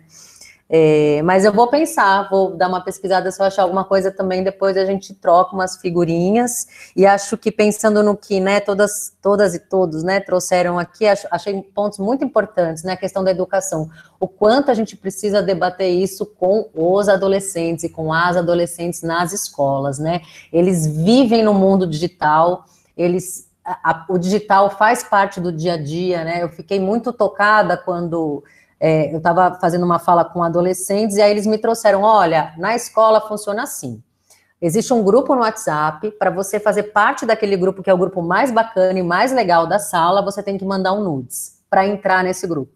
E se você sai desse grupo de WhatsApp, ou não obedece ali, porque esse grupo de WhatsApp tem um líder, que normalmente é um menino, se você não obedece ali os comandos desse menino, o combinado é que seu nudes vaze, né? Então, o que isso me trouxe de alerta e de preocupação, né? A violência digital, o diálogo digital, né? O modo de existir digitalmente é algo que acontece com os adolescentes e faz parte do modo de viver, a gente não vai voltar. Então, cabe a nós, né, do direito, e que muitas vezes não temos, né, essa atuação tão constante com o mundo digital, como que a gente fala, né? A gente está falando com os adolescentes sobre isso na escola? Eu acho que não, né? É o grande tabu de falar de gênero na escola, que repercute, inclusive, nas questões de violência digital, né? A escola é um espaço de acolhimento, é um espaço em que, se a gente debater gênero, os adolescentes vão construir naquele espaço um espaço de confiança das violências que eles sofrem, seja em casa, seja na escola, né? Então, se não se tem debate de gênero, a gente não vai acolher essa violência digital, e aí, como a Mayla trouxe, né, a importância, e aí o nosso olhar interno, né, a defensoria, né, como que a gente acolhe esses casos, né, a gente garante um sigilo, a gente garante um lugar que quem está do lado não vai ouvir a história, né, são os nossos desafios também, como que a gente está acolhendo meninas, adolescentes e essas mulheres que trazem essas violências tão graves, né? A gente conhece a rede psicossocial para encaminhar essa mulher, que vai precisar, provavelmente, de todo esse apoio. A gente tem esse diálogo, né, transversal com a rede, a gente faz respostas, a gente faz perguntas que são desnecessárias, estão revitimizando, né? Será que a gente precisa perguntar sobre tudo, saber da vida pregressa dessa mulher? Será que a gente está revitimizando? São os nossos desafios, né? Será que né, aqui na defensoria, o primeiro acolhimento é feito por alguém do administrativo? Será que a gente tem esse olhar de capacitar e de fazer esse diálogo para que, quando essa pessoa entre, dê o primeiro passo na defensoria, ela está se sentindo acolhida, né? será que nós também não estamos criando nossos obstáculos? Que acho que é algo muito importante também para a gente ter e pensar como defensoria, né, como que a gente pode melhorar o acolhimento dessas mulheres, porque elas não estão chegando, né, por várias questões, e uma delas são os próprios obstáculos que a gente coloca, né, então também um olhar interno, acho muito importante, né, será que esse horário que a defensoria atende, né, das 10 às 17, vai acolher essa menina, adolescente, mulher, né, também pensando nas questões de violência doméstica, enfim, né, não tenho respostas, mas é importante essas perguntas para a gente pensar e caminhar quanto a isso, né.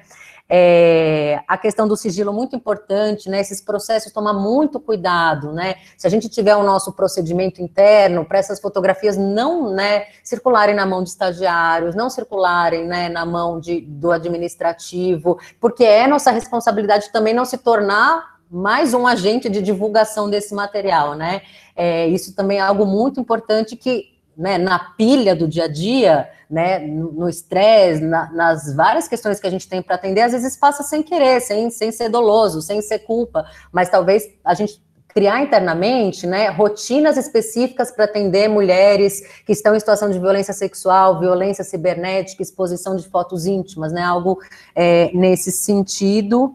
E aí, essa questão, eu acho, da gente pensar mesmo, né, na educação como uma ferramenta, né, muito importante, vocês trouxeram aqui fazer esse debate, né, com a população, isso é extremamente importante, porque os adolescentes e as adolescentes já vivem nesse tempo digital, né, e aí também ainda não entendem que o direito é uma resposta para isso, né, então também a gente fazer essa troca é muito importante, e a Lei Maria da Penha fala desde sempre que é para fazer, né, e a gente não faz.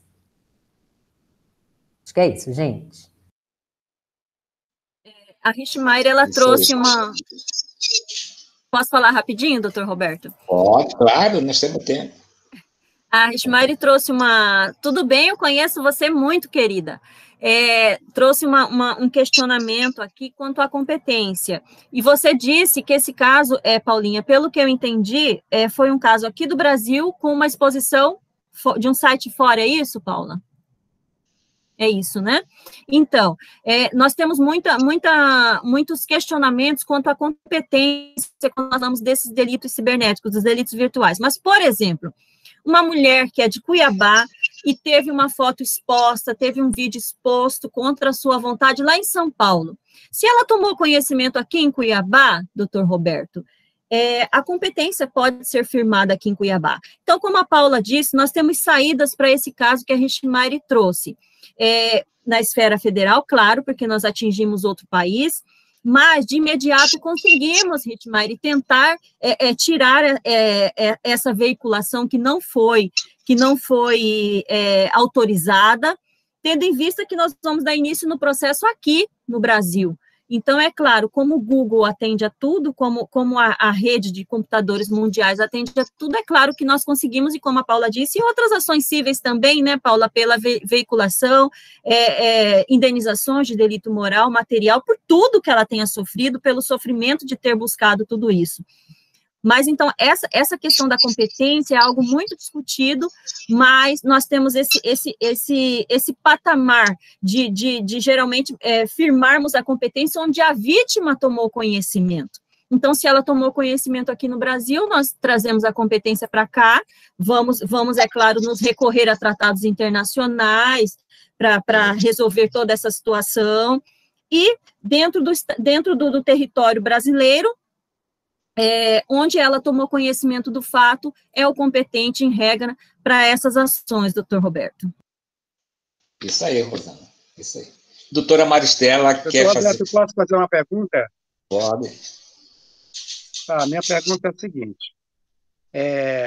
Nessa última fala da doutora Paula, ela falou sobre a educação, né? Principalmente para esses adolescentes. Eu trabalho na minha área, eu trabalho entre adolescentes e jovens. E eu creio que eles não têm informação, principalmente em termos de gêneros, em termos do perigo que traz essas situações para eles, né? Quando eles começam a se envolver com a tecnologia e se envolver com esses relacionamentos que são muito fortes entre eles. eu estava até pensando se a possibilidade, ao voltar às aulas, às suas normalidades presenciais, se a possibilidade de montar um projeto, etc., quem sabe vocês estarem dando palestra através da escola, através do senhor e tal, dos defensores, né? Nas escolas, né? É possível isso? Sim, é possível, sim, é possível. Já temos feito, já fizemos, né, doutora Rosana? Ano passado, ano retrasado, principalmente com os imigrantes, né, fizemos uma discussão sobre o direito, de modo geral, né, para os imigrantes. Mas podemos, sim, fazer nas escolas, é só ver a escola que estiver interessada, né, até porque não temos condição de estar em todas as escolas, mas fazer um grande debate, sim, é possível a Escola da Defensoria atuar aí. Aliás, é uma das atribuições da escola também, fazer educação em direitos para a população alvo da Defensoria Pública. Ok, obrigado. Tem uma colega nossa, doutor Roberto, lá de Roraima, doutora Jeane Chaldi, que está mandando bastante mensagem. Gostaria que a senhora participasse, que você participasse conosco, Gê. Isso. Vamos lá.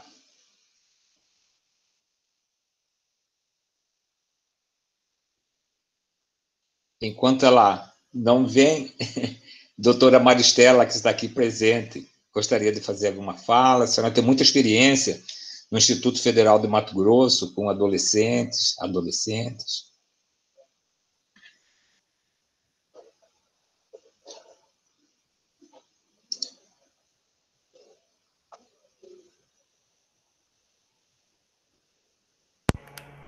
Boa tarde, vocês estão ouvindo? Sim, perfeito.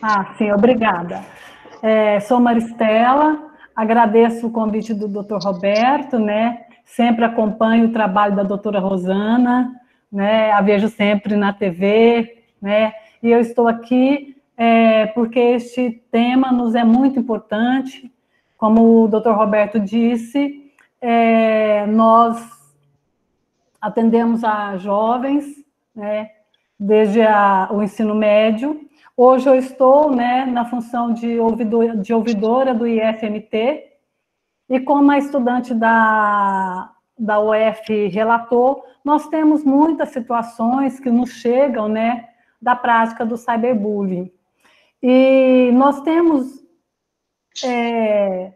às vezes, dificuldades, né, para a identificação do agressor, e nós tivemos algumas situações, inclusive, né, de perseguição aos estudantes, né, dos citados, e a gente tem procurado trabalhar isso com muito cuidado. Nós temos uma corregedoria, nós temos uma procuradoria, mas nós precisamos principalmente, e aí eu vejo que esse material que vocês colocam aí, né, que nós também vou pegar para dar uma olhada também, esse que a doutora Paula colocou do cyberbullying, mas nós pensamos que seria interessante, e aí eu deixo uma proposta, né, de um trabalho conjunto com a Defensoria, com a Escola Superior de Defensoria, da criação de um manual que possa orientar os estudantes, né, porque a rede social é um espaço em que os jovens estão, e é um espaço em que eles, ao mesmo tempo que se expõem, eles também, né,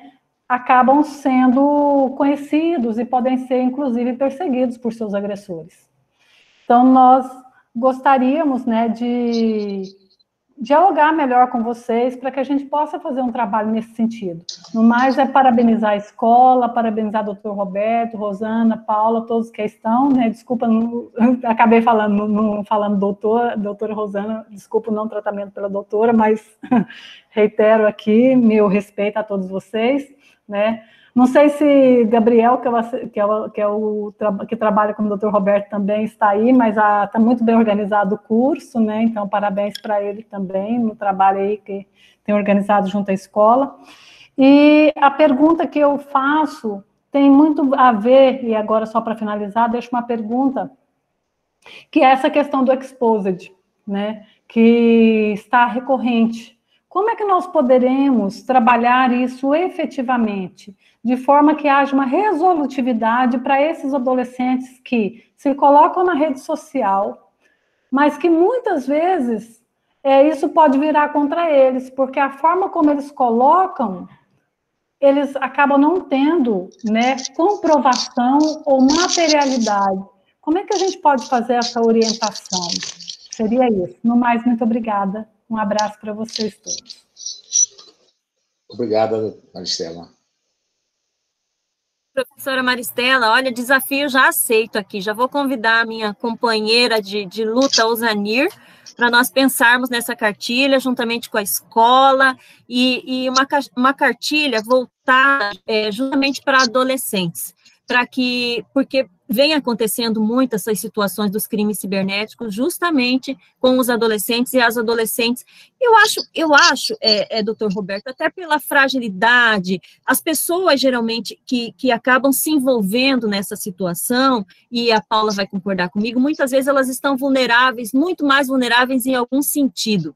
E os adolescentes, pelo pouco conhecimento, acabam sendo bastante vulneráveis a esse tipo de situação. Então, nós temos que sim, professora Maristela, pensar nisso imediatamente numa cartilha para que possamos atender a esses reclamos dos adolescentes e mostrar que o que é crime, o que não é crime, nesse sentido. Olha, muito obrigada pela ideia e faremos sim, com amor, né, Osanir? Isso mesmo, Rosana. Paula, se você quiser fazer uma colocação sobre o que a Maristela falou. Acho muito importante, né? Essas parcerias são fundamentais. Cada vez aqui em São Paulo a gente está aprofundando mais a parceria ainda com a Secretaria de Educação Estadual. E é muito interessante, a gente fez até um concurso ano passado de desenhos, né? A gente lançou uma frase que era como ter um futuro sem violência, e aí isso foi aplicado para todos os alunos e alunas da rede estadual, e eles tinham que responder essa pergunta como um desenho, né? E é tão legal a gente ver, e esse desenho ia fazer parte da nossa cartilha da Lei Maria da Penha, né? Como os adolescentes, eles vivenciam a violência e também se veem como protagonista, né? Acho que também é um olhar importante, isso eu converso sempre com a minha colega aqui do Núcleo da Infância, que a Defensoria também tem um desafio enorme de olhar e de ouvir o que os adolescentes, as adolescentes e as crianças desejam, né? Esse é um outro desafio dentro da Defensoria que eu vejo, né? Então, eu acho que essas parcerias que possibilitam, né, a gente ouvir o que esses sujeitos de direitos também esperam da Defensoria, também esperam de um futuro sem violência, o que eles desejam saber sobre cyberbullying, também devem ser orientados, né, sobre esses mecanismos que a gente falou aqui, isso é muito importante, né? Eu compartilhei uma cartilha que a gente fez, ela é até em forma de quadrinho, né, esse cyberbullying, e aí eu acho que o outro desafio de fazer esses materiais é a gente ter uma linguagem, né, que realmente dialogue com esse público. E essa cartilha a gente fez com as Minas Nerd, que é uma organização, então acho que também, né, a gente se compor com essas organizações que atuam na internet e tem essa linguagem jovem, isso também desperta aí um maior interesse pelo material, né? Eu tenho muito desafio de fazer falas em escolas por isso, né? Tem que ser uma fala que dialogue com vídeo, com post, com Facebook, né? A gente também não usar o juridiquês, mas acho que é um desafio que a Defensoria também tem que se propor e é muito importante. Eu acho que gente, vai ser um sucesso, com certeza.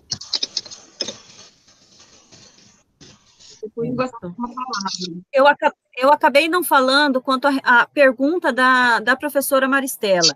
A senhora falou quanto ao Exposed, quanto aos adolescentes que acabam buscando a internet, narrando determinadas situações. Quando nós falamos de crimes sexuais, principalmente que vem acontecendo, a palavra da vítima tem grande valor, professora Maristela, quando corroborada com as demais situações, as circunstâncias que são trazidas por essa vítima. Muitas vezes o agressor do delito sexual, ele não deixa vestígios e acaba fazendo, nós tivemos casos de meninas que foram obrigadas a apagar todas as provas.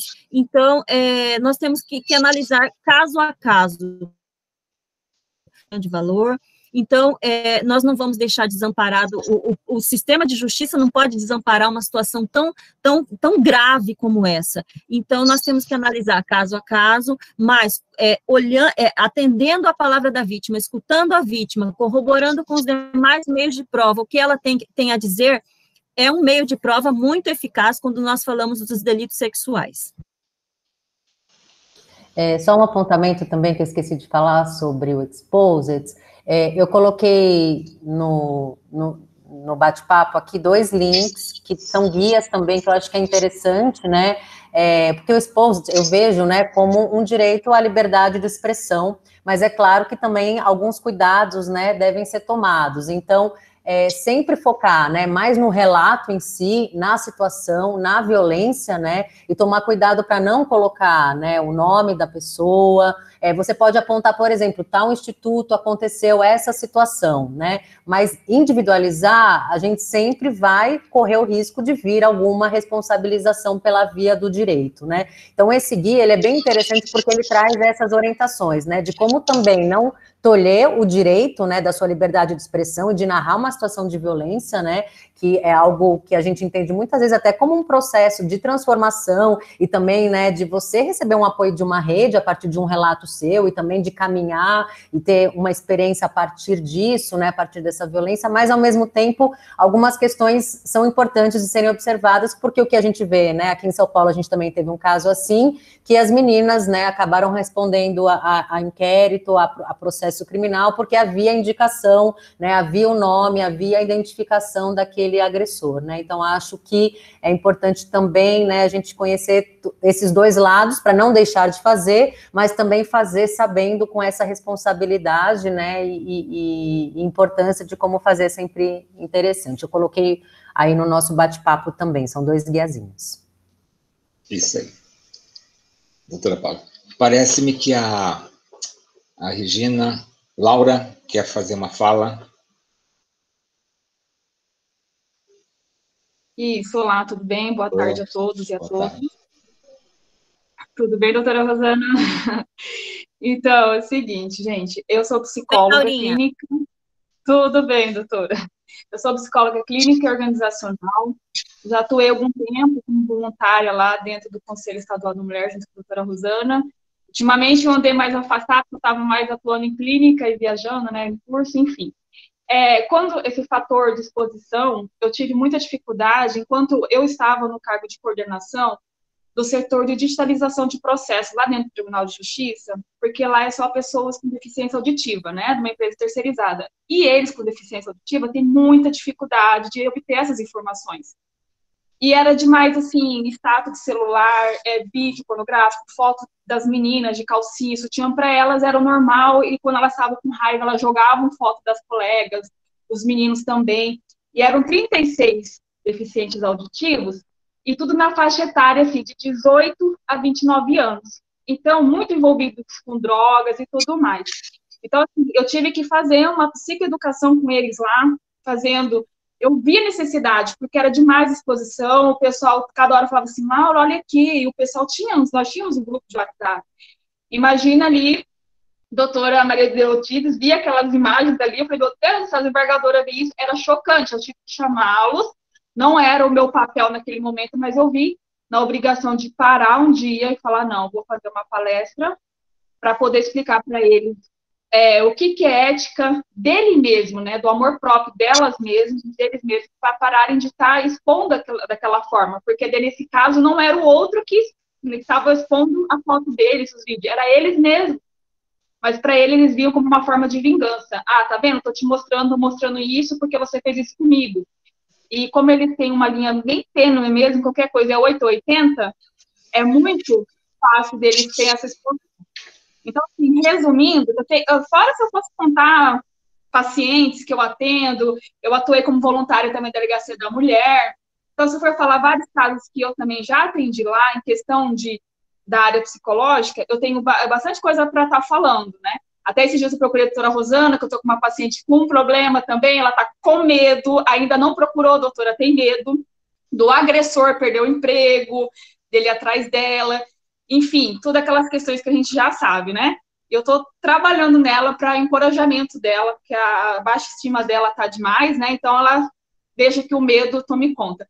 Mas é isso, eu queria ver essa proposta da cartilha que foi falada aí pela Maristela, é o seguinte, que poderia fazer algo que pudesse também abranger a pessoal da comunidade surda, porque eles são bem carentes dessas informações, até de atendimento clínico, de pessoas que saibam Libras e entendam o comportamento deles, porque eles agem mais com o corporal, né, porque não tem a fala, e o estudo deles é 880. Então, seria algo assim, que pudesse, né, tá fazendo escola legislativa, tá fazendo algo também, já fazem dentro do Tribunal de Justiça, né, a inclusão deles, mas que fosse mais abrangente no SEAD, em outros campos que tem mais atuação da comunidade surda. É isso, falei demais. Obrigado, Laura. Clariana, você quer fazer alguma colocação? Ela é da UFMT, professora, doutora do UFMT, do campus de Sinop. Oi, gente. Perdão por ter chegado atrasado, mas eu não consigo estar em 2 locais ao mesmo tempo e nós estamos dando curso online. E eu não queria de jeito nenhum perder esse diálogo. Desculpa por ter chegado então atrasada, mas eu posso...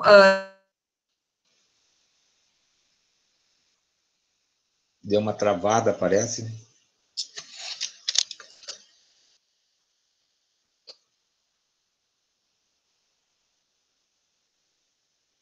Gabriel, algum problema aí, Gabriel?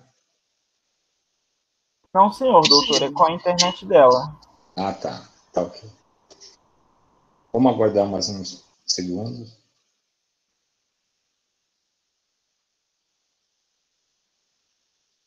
Bem, enquanto a Clariana não volta, alguém mais queria fazer alguma colocação? Acho que é importante. Já estamos já encerrando, agradecendo a doutora Paula, a doutora Rosana, todas as colegas defensores e pessoas que vieram de outras regiões, né, de outras instituições também. A escola se sente muito honrada com a presença de vocês. A escola vai dar continuidade nesse assunto, né? Dia 13, nós já estamos programando um evento sobre os 30 anos do Estatuto da Criança e do Adolescente. Estamos trazendo pessoas, né, só daqui de Cuiabá, essa é a nossa realidade, mas também com pessoas também de outros estados, para trazer, enriquecer o nosso debate. Então, já estamos aí com 1 hora e 51 minutos. Parece-me que a Clariana está com essa dificuldade de retorno. Ah, ela falou aqui que voltou. Vai, Clariana. É o som que está meio problemático. Sim, o som está difícil aqui. Tá. Voltei, desculpa. Estão me ouvindo agora? Sim, sim. Eu posso verificar com professores aqui da UFMT de Libras se eles podem ajudar nesse processo, né? Uma, inclusive, a Yara, ela é feminista também, agora ela tá para ter neném, mas eu acredito que eles vão contribuir, até porque no vídeo que nós fizemos pelos 16 dias nos 16 dias de luta pelo fim da violência, eles participaram. Uma coisa que a gente precisa pensar é que tem algumas coisas que não têm sinais, né? E aí a gente precisa, às vezes, criar esses sinais. Então, tem uma outra dificuldade, né?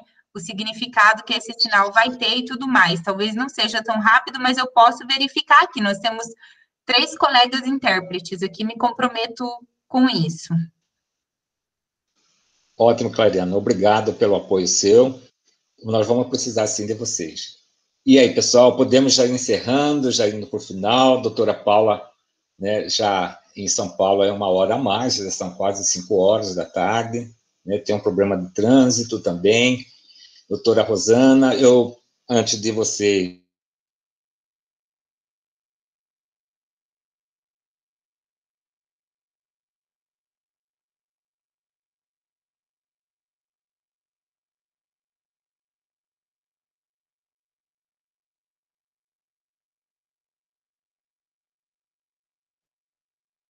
Gabriel, tem que ver o que aconteceu lá com o doutor Roberto.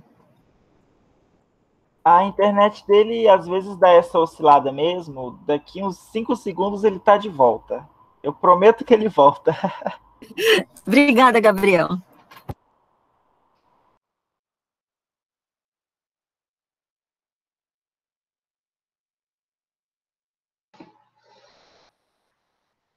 Doutora Rosana?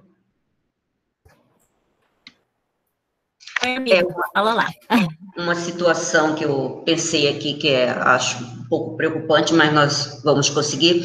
Essa cartilha, nós temos que mantê-la atualizada, dado a velocidade que se cria situações pela internet, né? Então, assim, a gente faz uma cartilha, tá? Mas como nós estamos nessa era, essa cartilha tem que ser atualizada, extremamente atualizada, para quando o assistido entrar em contato, né? Entrar para verificar, que ele possa ter certeza que se está descrito ali ou se não está, que é a pura realidade. A minha preocupação é atualizar essa cartilha com bastante frequência, né?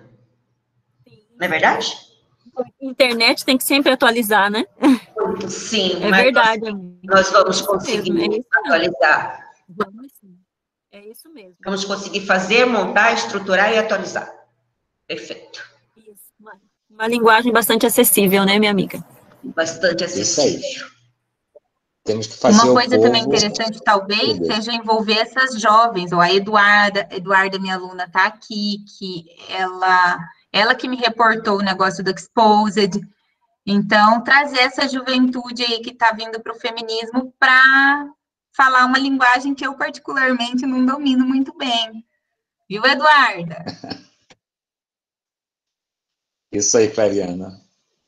Então, podemos ir para o nosso encerramento. Fica a doutora Rosana, a doutora Paula, para fazer as suas considerações finais. E sejam bem-vindos à nossa escola do Estado do Mato Grosso. Paulinha? Então, sim.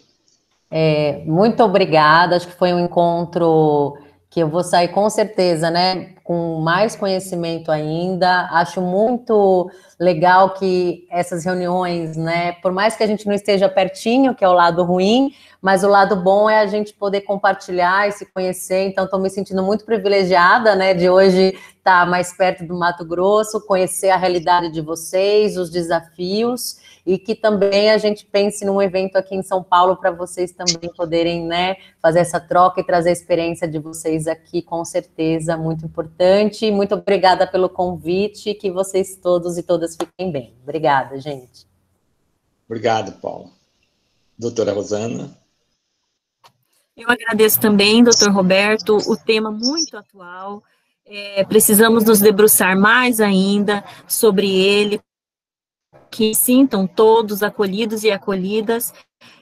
Nessa problemática que nós vivemos com a globalização, muitos casos acontecerão com o acolhimento social. É claro que esses delitos entraram, que essas situações indesejáveis nas redes sociais, WhatsApp, internet, qualquer forma de contato hoje virtual, nós estamos todos e todas acabamos sendo vítimas de todas as situações e podemos ser vítimas a qualquer momento.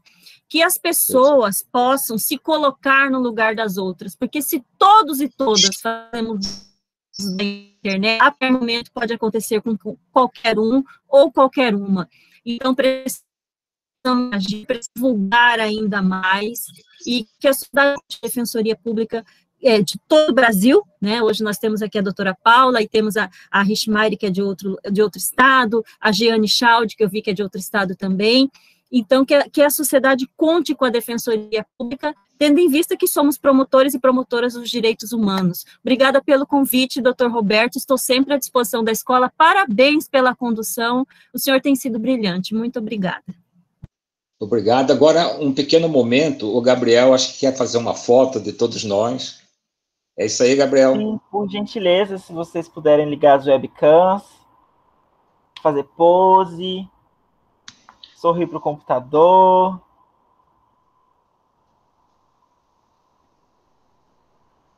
Finge que o computador contou uma piada. Ai, que lindo! Todo mundo de webcam ligada, vai ficar muito bonito. Espera aí só um pouquinho. Pronto, muito obrigado, pessoal. Então, obrigado. Tchau para todos, um grande abraço. Veremos logo sempre.